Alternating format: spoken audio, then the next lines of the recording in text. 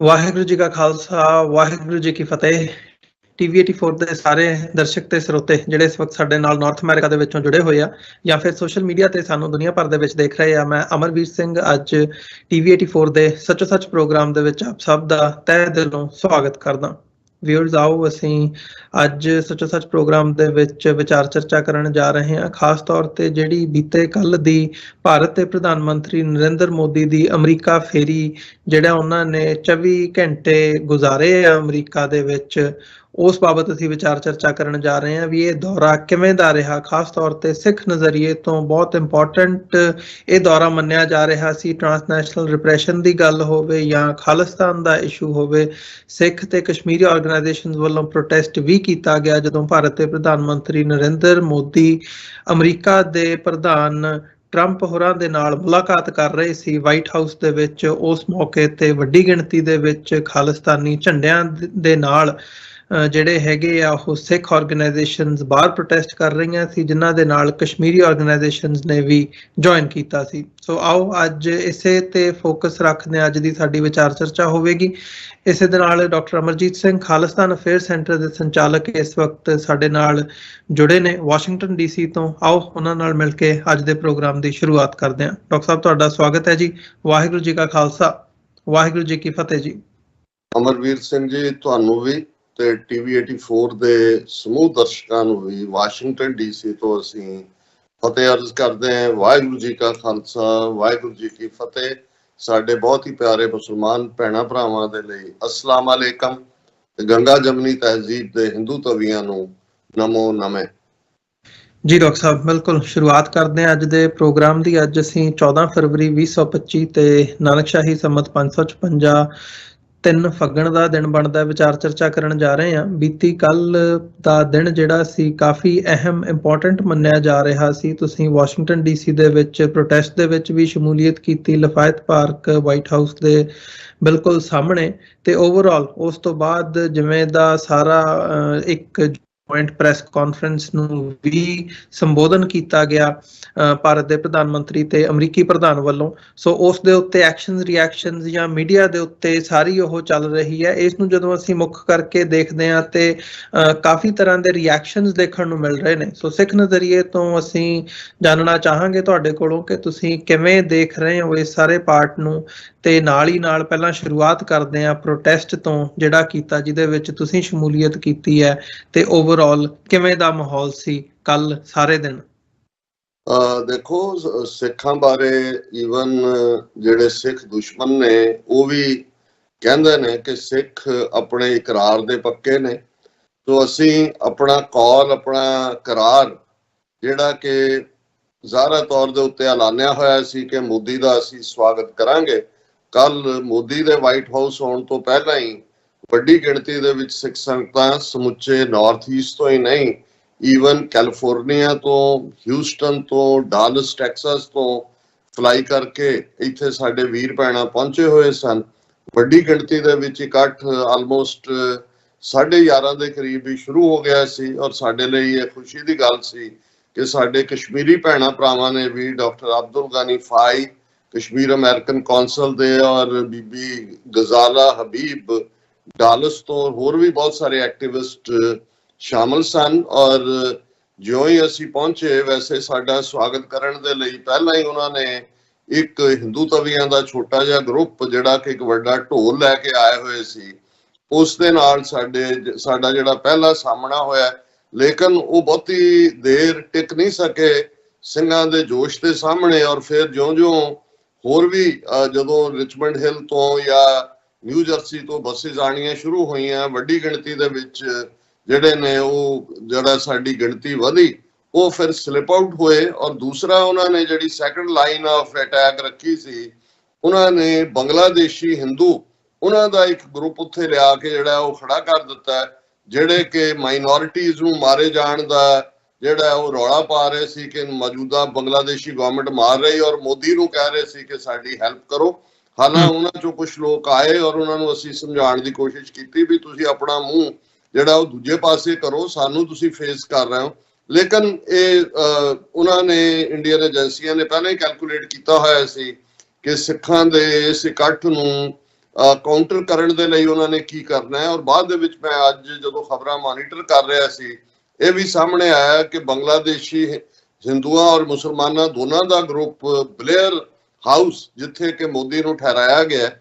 ਉੱਥੇ ਵੀ ਪਹੁੰਚੇ ਹੋਏ ਸੀ। ਔਰ ਉੱਥੇ ਉਹ ਕਹਿ ਰਹੇ ਸੀ ਕਿ ਜੀ ਬੰਗਲਾਦੇਸ਼ ਦੇ ਉੱਤੇ ਭਾਵੇਂ ਹਮਲਾ ਵੀ ਕਰਨਾ ਪੈਂਦਾ ਕਰੋ, ਔਰ ਇਹ ਸ਼ੇਖ ਹਸੀਨਾ ਨੂੰ ਵਾਪਸ ਲਿਆਓ। ਸੋ ਸਾਨੂੰ ਇਹ ਲੱਗਦਾ ਹੈ ਕਿ ਇਹ ਬੜੀ ਚਲਾਕੀ ਦੇ ਨਾਲ ਇਹਨਾਂ ਨੇ ਦੋਨੋਂ ਮੁੱਦੇ, ਕਿਉਂਕਿ ਉਹਨਾਂ ਨੂੰ ਇਹ ਪਤਾ ਸੀ ਕਿ ਟ੍ਰਾਂਸਨੈਸ਼ਨਲ ਰਿਪਰੈਸ਼ਨ ਦੇ ਮੁੱਦੇ ਤੇ ਉਹਨਾਂ ਨੇ ਘੇਰਿਆ ਜਾਣਾ ਹੈ, ਔਰ ਉਹ ਘੇਰੇ ਵੀ ਗਏ, ਉਸ ਦਾ ਅਸੀਂ ਜ਼ਿਕਰ ਕਰਾਂਗੇ। ਸੋ ਉਹਨਾਂ ਨੇ, ਕਿਉਂਕਿ ਆਲਰੇਡੀ ਬੀਜੇਪੀ ਦੀ ਲੀਡਰਸ਼ਿਪ ਪਾਰਲੀਮੈਂਟ ਦੇ ਵਿੱਚ ਵੀ, ਪਾਰਲੀਮੈਂਟ ਤੋਂ ਬਾਹਰ ਵੀ ਇਹ ਰੌਲਾ ਪਾ ਚੁੱਕੀ ਹੈ ਕਿ ਜੀ ਜਿਹੜਾ ਬੰਗਲਾਦੇਸ਼ ਦੇ ਵਿੱਚ ਤਬਦੀਲੀ ਹੋਈ ਹੈ, ਇਹਦੇ 'ਚ ਜਿਹੜਾ ਹੈ ਉਹ ਅਮਰੀਕਨ ਡੀਪ ਸਟੇਟ ਇਨਵੋਲਵ ਹੈ। ਸੋ ਮੈਨੂੰ ਲੱਗਦਾ ਹੈ ਕਿ ਵੀ ਇਹ ਉਹਨਾਂ ਨੇ ਬੰਗਲਾਦੇਸ਼ੀਆਂ ਦਾ, ਬੰਗਲਾਦੇਸ਼ੀ ਹਿੰਦੂਆਂ ਦਾ ਵੀ, ਔਰ ਬਲੇਅਰ ਹਾਊਸ ਬੰਗਲਾਦੇਸ਼ੀ ਮੁਸਲਮਾਨਾਂ ਦਾ ਵੀ ਇਹ ਕਹਿ ਕੇ ਉਹਨਾਂ ਦਾ ਸ਼ੇਖ ਹਸੀਨਾ ਨੂੰ ਵਾਪਸ ਲਿਆਓ ਪ੍ਰੋਟੈਸਟ ਕਰਨਾ, ਉਹ ਕਿਤੇ ਨਾ ਕਿਤੇ ਇੱਕ ਬੜੇ ਸਟਲ ਤਰੀਕੇ ਨਾਲ ਅਮਰੀਕਾ ਨੂੰ ਕਾਊਂਟਰ ਕਰਨ ਦੀ ਲਾਈਨ ਸੀ। ਲੇਕਿਨ ਕੁੱਲ ਮਿਲਾ ਕੇ ਜਿੰਨਾ ਮੈਂ ਸਮਝਦਾ ਵੀ ਉਤਸ਼ਾਹ ਸੀ ਸਾਡੇ ਵਾਲੇ ਪਾਸਿਓਂ ਵੀ, ਔਰ ਬਹੁਤ ਸਾਰੇ ਜਿਹੜੇ ਇੰਡੀਪੈਂਡੈਂਟ ਕਿਸਮ ਦੇ ਮੀਡੀਆ ਲੋਕ ਜਾਂ ਅੱਜ ਕੱਲ੍ਹ ਯੂਟਿਊਬਰ ਜਾਂ ਸੋਸ਼ਲ ਮੀਡੀਆ ਹੈ, ਉਹਨਾਂ ਦੇ ਨਾਲ ਮੈਨੂੰ ਵੀ ਡਾਇਰੈਕਟਲੀ ਗੁਫ਼ਤਗੂ ਕਰਨ ਦਾ ਮੌਕਾ ਮਿਲਿਆ। ਔਰ ਇਹ ਆਪਣੇ ਆਪ ਦੇ ਵਿੱਚ ਅਸੀਂ ਸਮਝਦੇ ਹਾਂ ਕਿ ਇੱਕ ਇਫੈਕਟਿਵ ਜਿਹੜਾ ਜਵਾਬ ਸੀ ਇੰਡੀਅਨ ਸਟੇਟ ਨੂੰ, ਔਰ ਬਹੁਤ ਸਾਰੇ ਅਮਰੀਕਨ ਖੁਫੀਆ ਏਜੰਸੀਆਂ ਦੇ ਲੋਕ ਜਿਨ੍ਹਾਂ ਦੀ ਚਾਰਟ ਹਾਲ ਤੁਸੀਂ ਪਛਾਣ ਸਕਦੇ ਹੋ, ਉਹ ਵੀ ਸਾਡੀ ਕਰਾਊਡ ਦੇ ਵਿੱਚ ਵੀ ਸਨ। ਔਰ ਦੂਸਰੇ ਪਾਸੇ ਵੀ ਸੁਰੱਖਿਆ ਦਾ ਜਿਹੜਾ ਉਹ ਬੜਾ ਸਖਤ ਪ੍ਰਬੰਧ ਸੀ।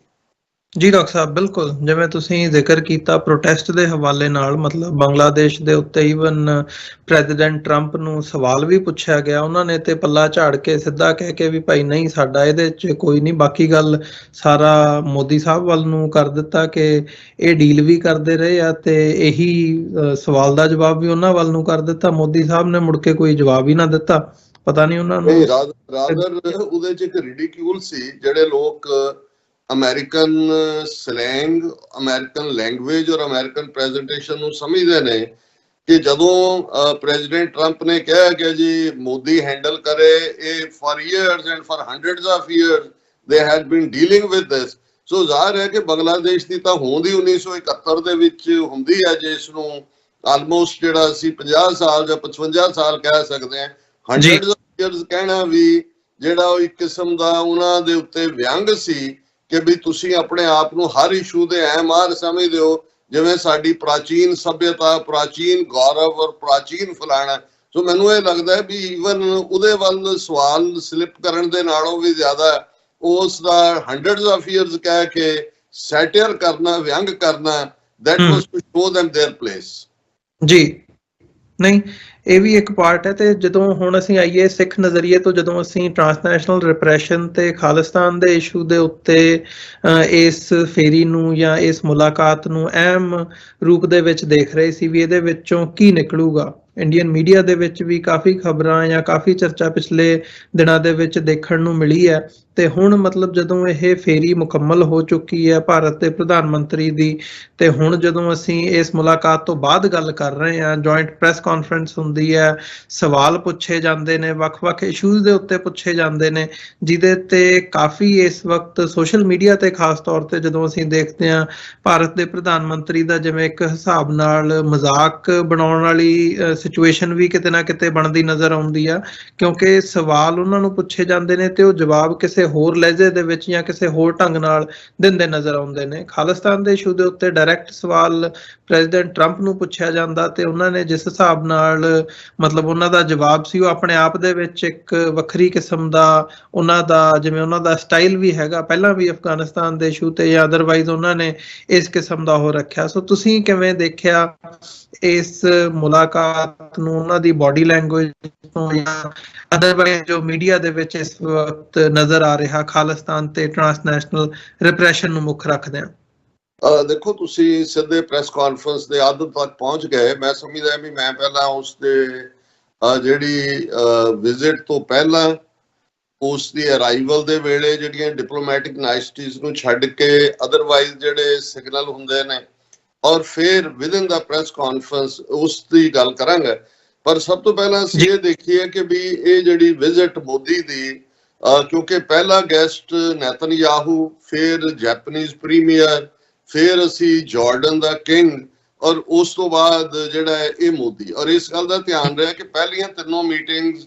ਵਾਈਟ ਹਾਊਸ ਨੇ ਅਰੇਂਜ ਕੀਤੀਆਂ। ਇਹ ਇਹਨਾਂ ਨੇ ਮੰਗ ਕੇ ਲਈ, ਕਿਉਂਕਿ ਨਾ ਇਹਨਾਂ ਨੂੰ ਇਨੋਗ੍ਰੇਸ਼ਨ ਵੇਲੇ ਇਨਵੀਟੇਸ਼ਨ ਮਿਲਿਆ ਸੀ ਔਰ ਮੰਗ ਕੇ ਦਿੱਤੀ ਗਈ। ਉਸ ਦੇ ਬੈਕਗ੍ਰਾਉਂਡ 'ਚ ਕੀ ਹੁੰਦਾ ਅਸੀਂ ਦੇਖਦੇ ਹਾਂ ਕਿ ਠੀਕ ਇੱਕ ਹਫ਼ਤਾ ਪਹਿਲਾਂ ਵਿਜ਼ਿਟ ਦੇ ਸ਼ੁਰੂ ਹੋਣ ਤੋਂ ਜਿਹੜਾ ਇੱਕ ਜਹਾਜ਼ 104 ਮੁਸਾਫਰਾਂ ਦਾ, ਜਿਨ੍ਹਾਂ ਨੂੰ ਹੱਥਕੜੀਆਂ ਔਰ ਬੇੜੀਆਂ 'ਚ ਜਕੜਿਆ ਹੋਇਆ, ਉਹ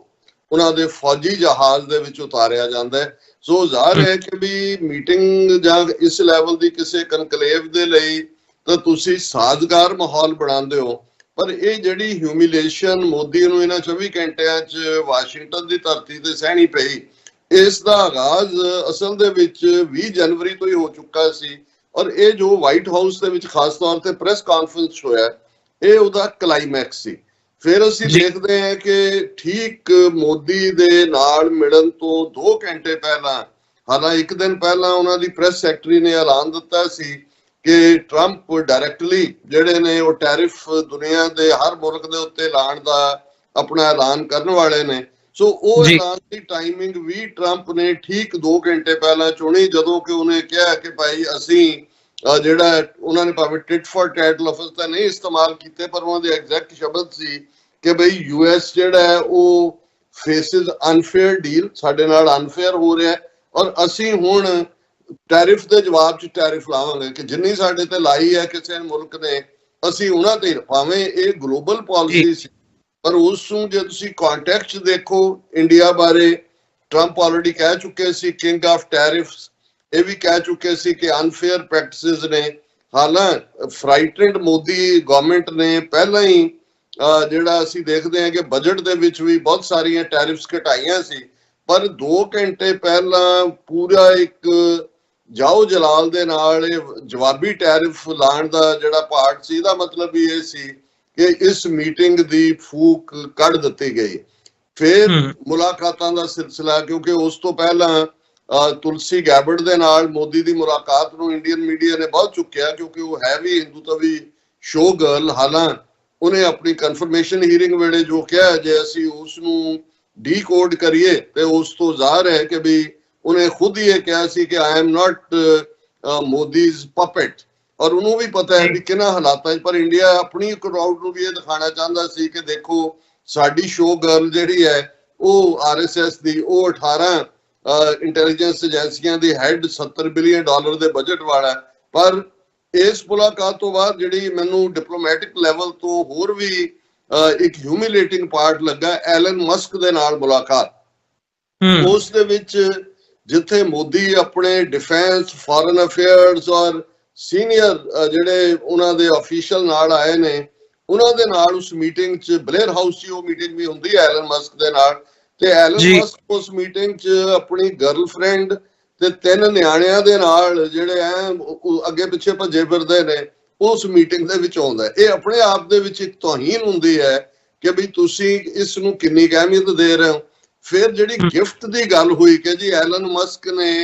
ਜਿਹੜੀ ਸ਼ੀਲਡ, ਹੀਟ ਸ਼ੀਲਡ, ਉਹ ਗਿਫਟ ਕੀਤੀ। ਹਾਲਾਂਕਿ ਇੱਕ ਸਾਡੇ ਨੌਜਵਾਨ ਜੋਕਿੰਗਲੀ ਕਹਿ ਰਹੇ ਸੀ ਕਿ ਭਾਈ ਇਹ ਜਦੋਂ ਹੁਣ ਤੂੰ ਜਦੋਂ ਤੱਕ ਵਾਪਸ ਮੁੜਨਾ ਤੇਰੇ ਸਾਰਾ ਤਨ ਬਦਨ ਜਿਹੜਾ ਉਹ ਉਹਦੇ ਚੋਂ ਪੀੜ ਨਿਕਲ ਰਹੀ ਹੋਣੀ ਹੈ, ਤੇ ਆ ਤੈਨੂੰ ਹੀਟ ਸ਼ੀਲਡ ਦਿੰਦਾ ਹੈ। ਔਰ ਇਹ ਜਿਹੜਾ ਸਪੇਸ ਕ੍ਰਾਫਟ ਉਹਨੇ ਭੇਜਿਆ ਉਹਦੇ 'ਚ ਹੀਟ ਨੂੰ ਜਦੋਂ ਵਾਪਸ ਉਹ ਅਰਥ ਦੇ ਵਿੱਚ ਆਉਂਦਾ ਹੈ ਤੇ ਬਹੁਤ ਹੀਟ ਜਨਰੇਟ ਹੁੰਦੀ ਹੈ, ਉਹਨੂੰ ਕਵਰ ਕਰਨ ਦੇ ਲਈ ਹੀਟ ਸ਼ੀਲਡ ਉੱਤੇ ਲਫ਼ਜ਼ ਉਕਰੇ ਹੋਏ ਸੀਗੇ। ਉਹਨਾਂ ਨੇ ਕਿਹਾ ਜੀ ਇਹ ਆਪਣੇ ਆਪ 'ਚ ਵੀ ਬੜਾ ਮਜ਼ਾਹੀਆ ਅੰਦਾਜ਼। ਔਰ ਇਹਨਾਂ ਦਾ ਹਾਲ ਤੁਸੀਂ ਦੇਖੋ ਕਿ ਦੁਨੀਆ ਕਿੱਥੇ ਪਹੁੰਚ ਗਈ। ਸਪੇਸ ਜਿਹੜੀਆਂ 3 ਕਿਤਾਬਾਂ ਮੋਦੀ ਨੇ ਉਹਨਾਂ ਦੇ 3 ਨਿਆਣਿਆਂ ਨੂੰ ਦਿੱਤੀਆਂ, ਇੱਕ ਆਰ.ਕੇ. ਨਾਰਾਇਣਨ ਤੇ ਟੈਗੋਰ ਦੀ, ਔਰ ਤੀਸਰੀ ਪੰਚਤੰਤਰ ਵਿਸ਼ਨੂੰ ਗੁਪਤਾ ਦੀ। ਹੁਣ ਇਹ ਤੋਂ ਅਸੀਂ ਅੰਦਾਜ਼ਾ ਲਾ ਸਕਦੇ ਹਾਂ ਕਿ ਵੀ ਇਹ ਇੱਕ ਪਾਸੇ ਸ਼ੇਰ ਹੈ, ਇੱਕ ਪਾਸੇ ਚੂਹਾ ਹੈ। ਔਰ ਇਸ ਟੋਕੜ ਦੇ ਵਿੱਚ ਜਦੋਂ ਵਾਈਟ ਹਾਊਸ 'ਚ ਮੀਟਿੰਗ ਦੇ ਲਈ ਮੋਦੀ ਪਹੁੰਚਦੇ ਨੇ ਤੇ ਦੇਖੋ ਇੱਕ ਡਿਪਲੋਮੈਟਿਕ ਕਟਸੀ ਹੈ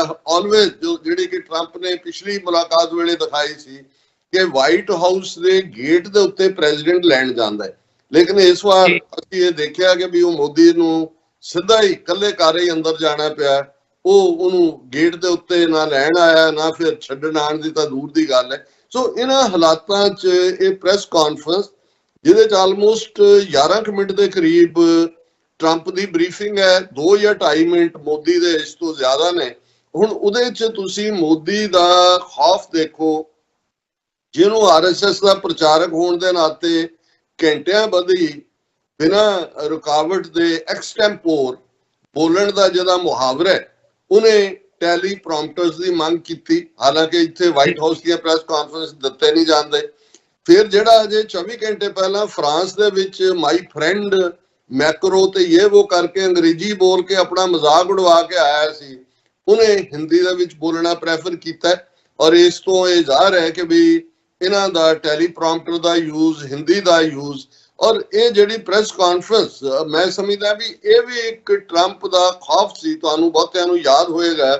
ਕਿ ਬਾਈਡਨ ਦੇ ਵੇਲੇ ਜਦੋਂ ਮੋਦੀ ਇੱਥੇ ਆਏ ਨੇ, ਉਦੋਂ ਉਹਨਾਂ ਨੇ ਕਿਹਾ ਸੀ ਜੀ ਮੈਂ ਪ੍ਰੈਸ ਕਾਨਫਰੰਸ ਨਹੀਂ ਕਰਨੀ। ਬਾਈਡਨ ਐਡਮਿਨਿਸਟ੍ਰੇਸ਼ਨ ਨੇ ਉਹਨਾਂ ਨੂੰ ਇਹ ਐਡਵਾਂਟੇਜ ਦਿੱਤੀ ਕਿ ਜੀ ਤੁਹਾਨੂੰ ਜਿਹੜਾ ਮਿਨੀਮਮ ਸਵਾਲ ਪੁੱਛੇ ਜਾਣਗੇ, ਸੋ 2 ਜਾਂ 3 ਸਵਾਲ ਪੁੱਛਣ ਦਾ ਹੀ ਮੀਡੀਆ ਨੂੰ ਅਖਤਿਆਰ ਦਿੱਤਾ ਗਿਆ। ਇਹ ਵੱਖਰੀ ਕਹਾਣੀ ਹੈ ਕਿ Sabrina Qureshi Wall Street general ਦੀ ਇੰਡੀਅਨ ਮੂਲ ਦੀ ਮੁਸਲਮਾਨ ਬੱਚੀ ਨੇ ਜਦੋਂ ਸਵਾਲ ਪੁੱਛਿਆ ਜੋ ਕੁਝ ਮੋਦੀ ਦੀਆਂ ਕਰਤੂਤਾਂ ਜਾਂ ਉੱਤੇ ਨੇ, ਤੇ ਉਹ ਕਿਵੇਂ ਭੜਕਿਆ, ਕਿਵੇਂ ਉਹਨੂੰ ਟ੍ਰੋਲ ਕੀਤਾ ਗਿਆ, ਔਰ ਕਿਵੇਂ ਨੈਕਸਟ ਡੇ ਵਾਈਟ ਹਾਊਸ ਨੇ ਆਪਣੀ ਪ੍ਰੈਸ ਕਾਨਫਰੰਸ ਦੇ ਵਿੱਚ ਫਿਰ ਉਹਨੂੰ ਸਬਰੀਨਾ ਨੂੰ ਡਿਫੈਂਡ ਕੀਤਾ। ਸੋ ਮੈਂ ਸਮਝਦਾ ਵੀ ਇਸ ਵਾਰ ਇਹ ਮੋਦੀ ਦੇ 10-12 ਸਾਲ ਦੇ ਕਰੀਅਰ 'ਚ ਐਸਾ ਮੌਕਾ ਸੀ ਜਿੱਥੇ ਉਹਨੂੰ ਸਿੱਧੇ ਤੌਰ ਤੇ ਪ੍ਰੈਸ ਕਾਨਫਰੰਸ ਦਾ ਸਾਹਮਣਾ ਕਰਨਾ ਪਿਆ। ਔਰ ਉਸ ਪ੍ਰੈਸ ਕਾਨਫਰੰਸ ਫਿਰ ਜੋ ਮੋਦੀ ਦਾ ਜਲੂਸ ਨਿਕਲਿਆ, ਅੱਜ ਤੁਸੀਂ ਉਹਨਾਂ ਦੇ ਗੋਦੀ ਮੀਡੀਆ ਦੀਆਂ ਚੀਕਾਂ ਡਿਫਰੈਂਟ ਅੰਦਾਜ਼ ਦੇ ਵਿੱਚ, ਉਹ ਤਾਂ ਉਹਨੂੰ ਸਕਸੈਸ ਕਹਿਣਾ ਚਾਹੁੰਦੇ ਸੀ। ਆਲਰੇਡੀ ਜਿਸ ਕਿਸਮ ਦੇ ਉਹਨਾਂ ਦੇ ਟਾਈਟਲ ਚੱਲ ਰਹੇ ਸੀ ਕਿ ट्रंप कांप गया, अब मोदी का डंका गूंजेगा, अब 11 खालिस्तानियों की लिस्ट दी जाएगी, वो हवाले किए जाएंगे। पर ਅੱਜ ਤੁਹਾਨੂੰ ਐ ਉਹਨਾਂ ਦਾ ਦੇਖ ਕੇ ਲੱਗਦਾ ਹੈ ਵੀ ਜਿਵੇਂ ਆਪਣੀ ਮਾਂ ਨੂੰ ਦੱਬ ਕੇ ਆਏ ਹੋਣ। ਹਾਲਾਂ ਜਿਹੜੇ ਦੂਸਰੇ ਥੋੜੇ ਜਿਹੇ ਇੰਡੀਪੈਂਡੈਂਟ ਯੂਟਿਊਬਰ ਮੋਦੀ ਕ੍ਰਿਟਿਕਸ ਨੇ, ਉਹ ਦੱਸ ਰਹੇ ਨੇ ਵੀ ਇਹਨੇ ਕਿਵੇਂ ਭਾਰਤ ਦਾ ਜਲੂਸ ਕਢਵਾਇਆ, ਕਿਵੇਂ ਟੋਟਲ ਸਰੈਂਡਰ ਕਰਕੇ ਆਇਆ, ਕਿਵੇਂ ਇਹਨੇ ਇੰਡੀਆ ਨੂੰ ਡਿਸਆਨਰ ਕਰਵਾਇਆ। ਔਰ ਇਸ ਪਿਛੋਕੜ ਦੇ ਵਿੱਚ ਜੇ ਮੈਂ ਹੁਣ ਪ੍ਰੈਸ ਕਾਨਫਰੰਸ ਚੋਂ ਨਿਕਲਿਆ ਕੀ ਹੈ, ਉਹਦੇ 'ਚ ਜਿਹੜੇ 2-3 ਇਸ਼ੂਜ਼ ਦੀ ਗੱਲ ਮੈਂ ਕਰਾਂਗਾ। ਪਰ ਉਹਦੇ 'ਚ ਸਭ ਤੋਂ ਪਹਿਲਾਂ ਅਸੀਂ ਇਹ ਦੇਖਦੇ ਹਾਂ ਕਿ ਮੋਦੀ ਦੇ ਲਈ ਜਦੋਂ ਅਡਾਨੀ ਦਾ ਸਵਾਲ ਉਸ ਦੇ ਸਾਹਮਣੇ ਆਂਦਾ ਤੇ ਉਹ ਬਿਲਕੁਲ ਫਰੀਜ਼ ਹੋ ਜਾਂਦਾ, ਆਪਣੇ ਉਸ ਫਰੇਮ ਦੇ ਵਿੱਚ ਹੀ ਜਕੜਿਆ ਜਾਂਦਾ। ਕਿਵੇਂ ਉਹ ਆਫ ਦਾ ਟਰੈਕ ਹੁੰਦਾ ਹੈ, ਉਹਦਾ ਤੁਸੀਂ ਕਮੈਂਟ ਉਹ ਸ਼ੁਰੂ ਕਰਦਾ ਵੀ ਇੰਡੀਆ ਇਜ਼ ਅ ਡੈਮੋਕ੍ਰੇਸੀ। ਫਿਰ ਉਹ ਇਸ ਗੱਲ ਨੂੰ ਕਹਿਣ ਦਾ ਕਿ ਜੀ ਅਸੀਂ ਤਾਂ ਸਾਰੇ ਸੰਸਾਰ ਨੂੰ ਇੱਕ ਕੁਟੁੰਬ ਸਮਝਦੇ ਹਾਂ। ਫਿਰ ਉਹ ਇਸ ਗੱਲ ਤੇ ਆ ਜਾਂਦਾ ਜੀ ਜਦੋਂ 2 ਮੁਲਕਾਂ ਦੇ ਹੈੱਡ ਮਿਲਦੇ ਨੇ ਜਾਂ ਦੂਜੇ ਕਰਦੇ ਨੇ ਤੇ ਉਹ ਕਦੇ ਵੀ ਪਰਸਨਲ ਕਿਸੇ ਬੰਦੇ ਦੀ ਗੱਲ ਨਹੀਂ ਕਰਦੇ। ਸੋ ਇਹ ਹੀ ਆਪਣੇ ਆਪ ਦੇ ਵਿੱਚ ਮੈਂ ਸਮਝਦਾ ਵੀ ਉਹਦੇ ਲਈ, ਔਰ ਉਹਦੀ ਬਾਡੀ ਲੈਂਗੁਏਜ ਉਸ ਵੇਲੇ ਜਿਸ ਕਿਸਮ ਦੀ ਹੈ, ਜਿਵੇਂ ਉਹ ਕਹਿੰਦਾ ਵੀ ਧਰਤੀ ਜੇ ਮੈਨੂੰ ਵੇਲ ਦੇ ਤੇ ਮੈਂ ਉਹਦੇ 'ਚ ਖੁੱਭ ਜਾ। ਸੋ ਇਸ ਸਾਰੀ ਪ੍ਰੈਸ ਕਾਨਫਰੰਸ ਨੇ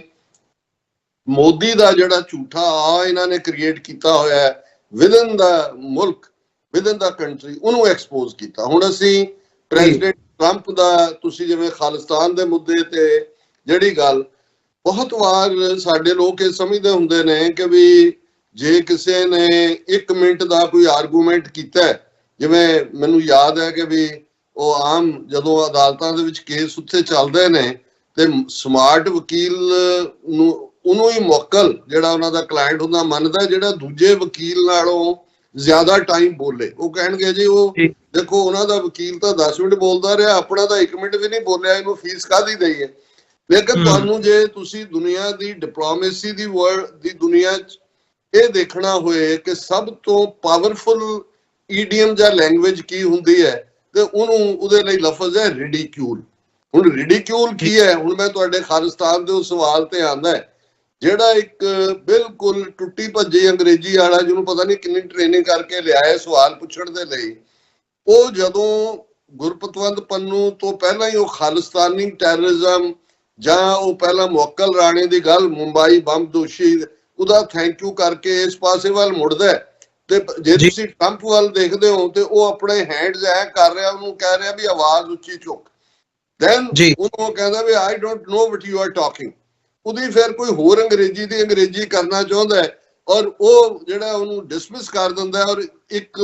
ਮੌਕਾ ਲੜਾਣੇ ਵਾਲੀ ਗੱਲ ਤੋਂ ਕਹਿੰਦਾ ਅਸੀਂ ਤੁਹਾਡੇ ਹਵਾਲੇ ਕਰ ਦਿੱਤਾ ਹੈ। ਉਹ ਈਵਨ ਪਹਿਲਾਂ ਰਿਡੀਕਿਊਲ ਕਰਕੇ ਉਹਨੂੰ ਵੀ ਤੈਨੂੰ ਤਾਂ ਸਵਾਲ ਕਰਨ ਦਾ ਵੀ ਨਹੀਂ ਪਤਾ ਹੈ, ਤੇਰੀ ਗੱਲ ਦੀ ਕਿਸੇ ਨੂੰ ਸਮਝ ਨਹੀਂ ਆਈ, ਤੇ ਨਾਲ ਦੀ ਨਾਲ ਜਦੋਂ ਈਵਨ ਖਾਲਿਸਤਾਨ ਦੇ ਸਵਾਲ ਤੇ ਰਿਸਪੌਂਡ ਵੀ ਨਹੀਂ ਕਰਦਾ, ਇਹ ਆਪਣੇ ਆਪ ਦੇ ਵਿੱਚ ਇੱਕ ਬਹੁਤ ਵੱਡਾ ਪ੍ਰਸ਼ਨ ਚਿੰਨ੍ਹ ਵੀ ਹੈ, ਸਵਾਲੀਆ ਨਿਸ਼ਾਨ ਵੀ ਹੈ ਦੋਨੋਂ ਪੱਖਾਂ ਤੋਂ ਜੀ। ਇਹਦੇ ਨਾਲ ਪੱਤਰਕਾਰ ਨਾਲ ਤਾਂ ਜੋ ਹੋਇਆ, ਮੇਰਾ ਖਿਆਲ ਹੈ ਵੀ ਉਸ ਦੇ ਜਰਨਲਿਸਟ, ਪਤਾ ਨਹੀਂ ਕਿਹੜਾ ਜਰਨਲਿਸਟ ਸੀ, ਉਹਦੇ ਜਰਨਲਿਸਟਿਕ ਕਰੀਅਰ ਦਾ ਇੱਕ ਡਿਜ਼ਾਸਟਰ ਹੈ। ਪਰ ਟਰੰਪ ਦਾ ਖਾਲਿਸਤਾਨ ਦੇ ਮੁੱਦੇ ਤੇ ਇੱਕ ਲਫ਼ਜ਼ ਵੀ ਨਾ ਕਹਿਣਾ, ਇਹ ਆਪਣੇ ਆਪ ਚ ਦੱਸਦਾ ਹੈ। ਔਰ ਇਹ ਜਿਹੜਾ ਉਹਨਾਂ ਨੂੰ ਪਹਿਲਾਂ ਹੀ ਹੈ ਕਿ ਜੀ ਇਹ CIA ਪ੍ਰੋਜੈਕਟ ਹੈ ਔਰ ਅਮਰੀਕਾ ਇਸ ਲਾਈਨ ਦੇ ਉੱਤੇ ਹੈ, ਔਰ ਸ੍ਰੀਲੰਕਾ ਔਰ ਬੰਗਲਾਦੇਸ਼ ਵੀ ਜੋ ਹੋਇਆ ਰਿਜੀਮ ਚੇਂਜ ਹੋਈ ਉਹ ਅਮਰੀਕਾ ਨੇ ਕੀਤਾ ਹੈ। ਸੋ ਮੈਂ ਸਮਝਦਾ ਹਾਂ ਵੀ ਸਾਡੇ ਲਈ ਇਹ ਹਾਲਾਂਕਿ ਜਿਹੜੀ ਜੁਆਇੰਟ ਸਟੇਟਮੈਂਟ ਉਸ ਤੋਂ ਬਾਅਦ ਚ ਆਈ, ਉਹਦੇ ਚ ਆਇਆ ਇੰਡੀਆ ਦੀ ਇੰਟੈਗ੍ਰਿਟੀ ਯੂਨਿਟੀ ਫਲਾਣਾ ਢਮਕਾ, ਪਰ ਜਿਹਨੂੰ ਸਾਡੀ ਗੁਰਬਾਣੀ ਚ ਭਗਤ ਕਬੀਰ ਸਾਹਿਬ ਨੇ ਇਹ ਫਰਮਾਇਆ ਕਿ ਕਹਿਬੇ ਕੋ ਸੋਭਾ ਨਹੀਂ ਦੇਖਾ ਹੀ ਪ੍ਰਵਾਨ, ਕਿ ਬਹੁਤ ਵਾਰ ਤੁਸੀਂ ਜ਼ਬਾਨ ਨਾਲ ਜੋ ਕਹਿ ਨਹੀਂ ਸਕਦੇ, ਜਦੋਂ ਤੁਸੀਂ ਦੇਖਦੇ ਹੋ ਉਹਦੀ ਹਕੀਕਤ ਸਾਹਮਣੇ ਆਉਂਦੀ ਹੈ। ਸੋ ਮੈਂ ਸਮਝਦਾ ਵੀ ਇਹ ਸਾਡੇ ਲਈ ਜਿੱਥੇ ਇੱਕ ਐਨਕਰੇਜਿੰਗ ਗੱਲ ਹੈ, ਉੱਥੇ ਇੰਡੀਅਨ ਸਟੇਟ ਨੂੰ ਵੀ ਇਹ ਮੈਸੇਜ ਦਿੱਤਾ ਗਿਆ ਕਿ ਭਾਈ ਇਹ ਜਿਹੜੇ ਪ੍ਰੋਜੈਕਟ ਤੋਂ ਤੁਸੀਂ ਖੌਫਜ਼ਦਾ ਹੋ, ਜਿਹਦੇ ਲਈ ਤੁਸੀਂ ਟ੍ਰਾਂਸਨੈਸ਼ਨਲ ਰਿਪਰੈਸ਼ਨ ਵਰਗੇ ਕਰੂਅਲ ਜਿਹੜਾ ਵੈਪਨ ਦਾ ਜਿਹਦੇ ਥੱਲੇ ਤੁਸੀਂ ਅਮਰੀਕਾ ਦੀ ਸੋਵਰਨਿਟੀ ਵਾਇਲੇਟ ਕੀਤੀ, ਇੰਟਰਨੈਸ਼ਨਲ ਲਾਅ ਵਾਇਲੇਟ ਕੀਤਾ, ਇਹ ਸਾਡੇ ਏਜੰਡੇ ਦਾ ਹਿੱਸਾ ਹੀ ਹੈ। ਔਰ ਅਸੀਂ ਈਵਨ ਤੁਹਾਨੂੰ ਇਸ ਯੋਗ ਵੀ ਨਹੀਂ ਸਮਝਦੇ ਕਿ ਇਸ ਬਾਰੇ ਅਸੀਂ ਤੁਹਾਨੂੰ ਕੋਈ ਨਾ ਪੱਖੀ ਜਵਾਬ ਦੇਈਏ। ਨਹੀਂ, ਬਿਲਕੁਲ, ਇਹਨੂੰ ਇਸ ਪੱਖ ਤੋਂ ਦੇਖਣ ਨਾਲ ਹੀ ਤੁਹਾਡਾ ਬਹੁਤ ਬਹੁਤ ਧੰਨਵਾਦ। ਤੁਸੀਂ ਜਿਵੇਂ ਸਾਂਝਾ ਕੀਤਾ ਆ ਤੇ ਤੁਸੀਂ ਬੜਾ ਜਿਹਨੂੰ ਕਹਿੰਦੇ ਨੇ ਵੀ ਡੀਟੇਲ ਦੇ ਵਿੱਚ ਜਾ ਕੇ ਕੱਲੀ ਕੱਲੀ ਗੱਲ ਐਕਸਪਲੇਨ ਕੀਤੀ ਹੈ, ਬੋਡੀ ਲੈਂਗੁਏਜ ਤੋਂ ਜਿਹੜੀ ਇਹਦੀ ਸਾਰੀ ਮੀਡੀਆ ਕਵਰੇਜ ਹੋ ਰਹੀ ਹੈ ਇਸ ਪਾਰਟ ਦੀ। ਤੇ ਤੁਸੀਂ ਇੱਕ ਹੋਰ ਫਿਰ ਮੈਂ ਥੋੜਾ ਜਿਹਾ ਅੱਗੇ ਜਾ ਕੇ ਇਹਨੂੰ ਦੇਖਣਾ ਚਾਹੂੰਗਾ ਤੁਹਾਡੇ ਪੱਖ ਤੋਂ ਵੀ, ਤੁਸੀਂ ਇੱਕ ਐਕਟਿਵਿਸਟ ਹੋਣ ਦੇ ਨਾਤੇ ਜਿਹੜੀ ਸਟਰਗਲ ਖਾਲਿਸਤਾਨ ਦੀ ਚੱਲ ਰਹੀ ਹੈ ਇਸ ਵਕਤ, ਅਸੀਂ ਅਮਰੀਕਾ ਦੇ ਵਿੱਚ ਬੈਠੇ ਹਾਂ ਜਿੱਥੇ ਅਸੀਂ ਇਹ ਸਮਝਿਆ ਜਾਂ ਇਹ ਦੇਖ ਰਹੇ ਹਾਂ ਕਿ ਪਿਛਲੇ ਸਮੇਂ ਦੇ ਵਿੱਚ ਕੈਨੇਡਾ ਦੇ ਹਵਾਲੇ ਦੇ ਨਾਲ, ਅਮਰੀਕਾ ਦੇ ਹਵਾਲੇ ਦੇ ਨਾਲ ਭਾਰਤ ਬੁਰੀ ਤਰ੍ਹਾਂ ਐਕਸਪੋਜ਼ ਹੋਇਆ ਤੇ ਇੰਟਰਨੈਸ਼ਨਲ ਮੀਡੀਆ ਦੇ ਵਿੱਚ ਇੰਟਰਨੈਸ਼ਨਲੀ ਜਿਹੜੀ ਖਾਲਿਸਤਾਨ ਦੀ ਆਵਾਜ਼ ਹੈਗੀ ਹੈ ਉਹ ਉੱਭਰ ਕੇ ਸਾਹਮਣੇ ਆਈ ਹੈ। ਜੇ ਪਿਛਲਾ ਖਾਸ ਤੌਰ ਤੇ ਸਾਲ ਡੇਢ ਸਾਲ ਦਾ ਸਮਾਂ ਅਸੀਂ ਦੇਖਣਾ ਹੋਵੇ ਤੇ ਇਹ ਇੱਕ ਇੰਪੋਰਟੈਂਟ ਪੜਾਅ ਜਾਂ ਇੱਕ ਇੰਪੋਰਟੈਂਟ ਮੁਲਾਕਾਤ ਮੰਨੀ ਜਾ ਰਹੀ ਸੀ ਉਸ ਪੱਖ ਤੋਂ। ਸੋ ਉਸ ਸੰਦਰਭ ਦੇ ਵਿੱਚ ਤੁਸੀਂ ਇਹਨੂੰ ਕਿਵੇਂ ਦੇਖਦੇ ਹੋ ਕਿ ਕਿਉਂਕਿ ਪਿਛਲੀਆਂ ਜਿਹੜੀਆਂ ਖਬਰਾਂ ਕੁਝ ਆਈਆਂ, ਭਾਵੇਂ ਉਹ ਅਡਾਨੀ ਦੇ ਹਵਾਲੇ ਨਾਲ ਹੋਵੇ ਕਿ ਜਿਹੜਾ ਟਰੰਪ ਨੇ ਲਾਅ ਜਿਹੜਾ ਹੈਗਾ ਉਹਨੂੰ 6 ਮਹੀਨੇ ਦੇ ਲਈ ਅੱਗੇ ਪਾ ਦਿੱਤਾ ਆ ਕਿ ਉਹਦੇ ਤੇ ਨਹੀਂ ਕੋਈ ਕਾਰਵਾਈ ਹੋਊਗੀ, ਜਾਂ ਅਦਰਵਾਈਜ਼ ਅਸੀਂ ਅਮਰੀਕਾ ਦੇ ਰੁਖ ਰਜੀਮ ਚੇਂਜ ਤੋਂ ਬਾਅਦ, ਬਾਈਡਨ ਐਡਮਿਨਿਸਟ੍ਰੇਸ਼ਨ ਤੋਂ ਬਾਅਦ ਟਰੰਪ ਰਜੀਮ ਦਾ ਜਿਹੜਾ ਰਵੱਈਆ ਭਾਰਤ ਦੇ ਪ੍ਰਤੀ ਉਹ ਇੱਕ ਦੇਖਣ ਦੀ ਲਾਈਨ ਸੀਗੀ ਇਸ ਸਾਰੇ ਪਾਰਟ ਦੇ ਵਿੱਚੋਂ ਕਿ ਕਿਸ ਤਰ੍ਹਾਂ ਦਾ ਰਵੱਈਆ ਹੋਊਗਾ। ਸੋ ਇਸ ਫੇਰੀ ਜਾਂ ਇਸ ਮੁਲਾਕਾਤ, ਪ੍ਰੈਸ ਕਾਨਫਰੰਸ, ਸਾਰੇ ਵਰਤਾਰੇ ਨੂੰ ਦੇਖਦੇ ਹਾਂ ਤੁਸੀਂ ਕੀ ਸਮਝ ਰਹੇ ਹੋ ਕਿ ਟਰੰਪ ਐਡਮਿਨਿਸਟ੍ਰੇਸ਼ਨ ਦਾ ਭਾਰਤ ਪ੍ਰਤੀ ਰਵੱਈਆ ਕੀ ਹੋਣ ਵਾਲਾ, ਤੇ ਖਾਸ ਤੌਰ ਦੇ ਉੱਤੇ ਜਦੋਂ ਅਸੀਂ ਸਿੱਖ ਨਜ਼ਰੀਏ ਤੋਂ ਦੇਖਦੇ ਹਾਂ? ਦੇਖੋ, ਮੈਂ ਇਹ ਦੱਸਦੇ ਹਾਂ ਵੀ ਇਹ ਵਿਜ਼ਿਟ ਕਿੰਨੀ ਇੰਪੋਰਟੈਂਟ ਸੀ। ਦੁਸ਼ਮਣ ਦੇ ਨੁਕਤਾ ਨਿਗਾਹ ਤੋਂ ਤਾਂ ਜੋ ਹੈ ਹੀ ਸੀ। ਈਵਨ ਹਾਲਾਂਕਿ ਉੱਥੇ ਜਿਵੇਂ ਮੈਂ ਕਿਹਾ ਵੀ ਉਹਨਾਂ ਨੇ ਸਾਡੇ ਖਾਲਿਸਤਾਨ ਰੈਲੀ ਪ੍ਰੋਟੈਸਟ ਨੂੰ ਕਾਊਂਟਰ ਕਰਨ ਦੇ ਲਈ 1 ਟਾਇਰ 2 ਟਾਇਰ ਇੰਤਜ਼ਾਮ ਕੀਤੇ ਹੋਏ ਸੀ। ਜਿਵੇਂ ਢੋਲ ਜਿਹੜਾ ਇੰਨਾ ਨੋਇਜ਼ ਸੀ ਢੋਲ ਦਾ, ਅਸੀਂ ਇਹ ਚਾਹੁੰਦੇ ਸੀ ਕਿ ਉਹਦੀ ਕਵਰੇਜ ਰਾਈਟ ਅਵੇ ਲਾਈਵ TV 84 ਤੋਂ ਚੱਲੇ, ਲੇਕਿਨ ਉਸ ਨੋਇਜ਼ ਦੇ ਵਿੱਚ ਸਾਡੇ ਕੋਲ ਕੋਈ ਚੋਇਸ ਨਹੀਂ ਸੀ ਦੈਨ ਉਹਨੂੰ ਪੌਜ਼ ਕਰਕੇ ਅਸੀਂ ਜਿਹੜਾ ਬਾਅਦ ਦੇ ਵਿੱਚ ਕਰੀਏ। ਔਰ ਆਲਮੋਸਟ ਜਦੋਂ ਕੱਲ ਸ਼ਾਮ ਸੱਚੋ ਸੱਚ ਸਲੋਟ ਦੇ ਵਿੱਚ ਇਹ ਸਾਡੀ ਕਵਰੇਜ ਚੱਲੀ ਹੈ ਤੇ ਹੁਣ ਤੱਕ 60,000 ਤੋਂ ਜ਼ਿਆਦਾ ਵਿਊਅਰ ਜਿਹੜੇ ਨੇ ਉਹ ਕੱਲੇ ਉਸ ਜਿਹੜਾ ਰੈਲੀ ਨੂੰ ਦੇਖ। ਇਸ ਤੋਂ ਅਸੀਂ ਅੰਦਾਜ਼ਾ ਲਾ ਸਕਦੇ ਹਾਂ ਕਿ ਓਵਰਆਲ ਸਿੱਖ ਕੌਮ ਦੇ ਵਿੱਚ, ਕਿਉਂਕਿ ਟ੍ਰਾਂਸਨੈਸ਼ਨਲ ਰਿਪਰੈਸ਼ਨ ਦਾ ਮੁੱਦਾ ਔਰ ਖਾਲਿਸਤਾਨ ਦਾ ਇਸ਼ੂ ਆਪਣੇ ਆਪ 'ਚ ਇੰਟਰਨੈਸ਼ਨਲ ਰਡਾਰ ਸਕਰੀਨ ਤੇ ਹੈ। ਸੋ ਦੁਸ਼ਮਣ ਦੇ ਜਿਹੜੇ ਮੀਡੀਆ ਪਰਸਨਸ ਜਾਂ ਦੂਜੇ ਗੋਦੀ ਮੀਡੀਆ ਨਾਲ ਤਾਂ ਜੋ ਜਹਾਜ਼ ਭਰ ਕੇ ਨਾਲ ਲਿਆਂਦੇ ਨੇ, ਉਹਨਾਂ ਨੇ ਤਾਂ ਜੋ ਆਪਣਾ ਨੈਰੇਟਿਵ ਦੇਣਾ ਸੀ ਉਹ ਦੇਣਾ ਹੀ ਸੀ, ਪਰ ਕਿਤੇ ਨਾ ਕਿਤੇ ਸਾਡੀ ਕੌਮ 'ਚ ਔਰ ਖਾਸ ਤੌਰ ਤੇ ਡਾਇਸਪੋਰਾ ਸਿੱਖਾਂ 'ਚ ਵੀ ਫਿਕਰਮੰਦੀ ਸੀ। ਔਰ ਮੈਂ ਵੀ ਖਾਸ ਤੌਰ ਤੇ ਜਿਹੜਾ ਆਉਣ ਤੋਂ ਪਹਿਲਾਂ ਅਸੀਂ ਬੁੱਧਵਾਰ ਸ਼ਾਮ ਦਾ ਪ੍ਰੋਗਰਾਮ ਕੀਤਾ, ਉਦੋਂ CBC ਦੀ ਇੱਕ ਸਟੋਰੀ ਜਿਹਦੇ ਥੱਲੇ ਉਹਨਾਂ ਨੇ ਕਿਹਾ ਸੀ ਕਿ ਵੀ ਆਲਮੋਸਟ ਜਿਹੜਾ ਹੁਣ ਸਿੱਖ ਇਸ਼ੂ ਹੈ ਉਹ ਬੈਕ ਬਰਨਰ ਹੀ ਨਹੀਂ, ਐਟਲੀਸਟ ਉਹਨੂੰ ਪਾਸ ਕਰਕੇ ਇੰਨੀ ਵਾਰਨਿੰਗ ਇਹਨਾਂ ਨੂੰ ਹੋਏਗੀ ਕਿ don't do it in the future. ਔਰ ਜਿਹੜੀ ਡੀਲ ਹੈ, ਕਿਉਂਕਿ ਉਸ ਤੋਂ ਪਹਿਲਾਂ ਜਿਵੇਂ ਤੁਸੀਂ ਵੀ ਮੈਂਸ਼ਨ ਕੀਤਾ ਕਿ ਜਿਹੜਾ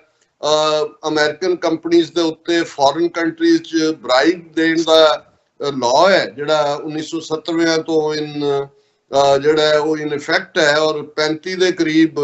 ਵੱਡੀਆਂ ਕੰਪਨੀਆਂ ਜਿਹੜੀਆਂ ਇਸ ਦਾ ਸ਼ਿਕਾਰ ਹੋ ਚੁੱਕੀਆਂ ਨੇ। ਗੋਲਡਮੈਨ ਸੈਕਸਮੈਨ ਉਹਨਾਂ ਨੂੰ ਮੋਟਾ ਫਾਈਨ ਹੋਇਆ ਸੀ, ਹੁਣ ਵੀ ਇਹਦੇ ਜਿਹੜੇ ਮਾਮਲੇ ਨੇ ਉਹਦੇ ਥੱਲੇ ਰਜਿਸਟਰ ਨੇ। ਔਰ ਉਹਨਾਂ ਦੇ ਵਿੱਚ ਕੁਝ ਮਹੀਨੇ ਪਹਿਲਾਂ ਹੀ ਅਡਾਨੀ ਦੀ ਫਰਮ ਔਰ ਉਸ ਦੇ ਵਿੱਚ ਉਸ ਦੇ ਜਿਹੜੇ 7 ਹਾਇਰ ਅਪ ਜਿਹਨਾਂ ਦਾ ਭਤੀਜਾ ਸਾਗਰ ਅਡਾਨੀ ਵੀ ਸ਼ਾਮਲ ਹੈ, ਉਹਨਾਂ ਨੂੰ ਨਾ ਸਿਰਫ ਇੰਡਾਈਟ ਕੀਤਾ ਗਿਆ, ਉਹਨਾਂ ਦੇ ਵਾਰੰਟ ਨੇ ਜਿਹੜੇ ਕਿ ਇੰਟਰਨੈਸ਼ਨਲ ਲੈਵਲ ਦੇ ਉੱਤੇ ਨੈਕਸਟ ਸਟੈਪ ਮੰਨਿਆ ਜਾ ਰਿਹਾ ਹੈ ਕਿ ਵੀ ਉਸ ਦੀ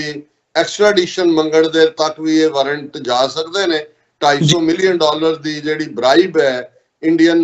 3-4 ਸਟੇਟਾਂ ਦੇ ਹੈਡਸ ਨੂੰ ਜਾਂ ਕੋਈ ਹੋਰ 250 ਮਿਲੀਅਨ ਸੋਲਰ ਪ੍ਰੋਜੈਕਟ ਕਲੀਅਰ ਕਰਾਉਣ ਦੇ ਲਈ। ਸੋ ਇਹਨਾਂ ਨੇ ਜਦੋਂ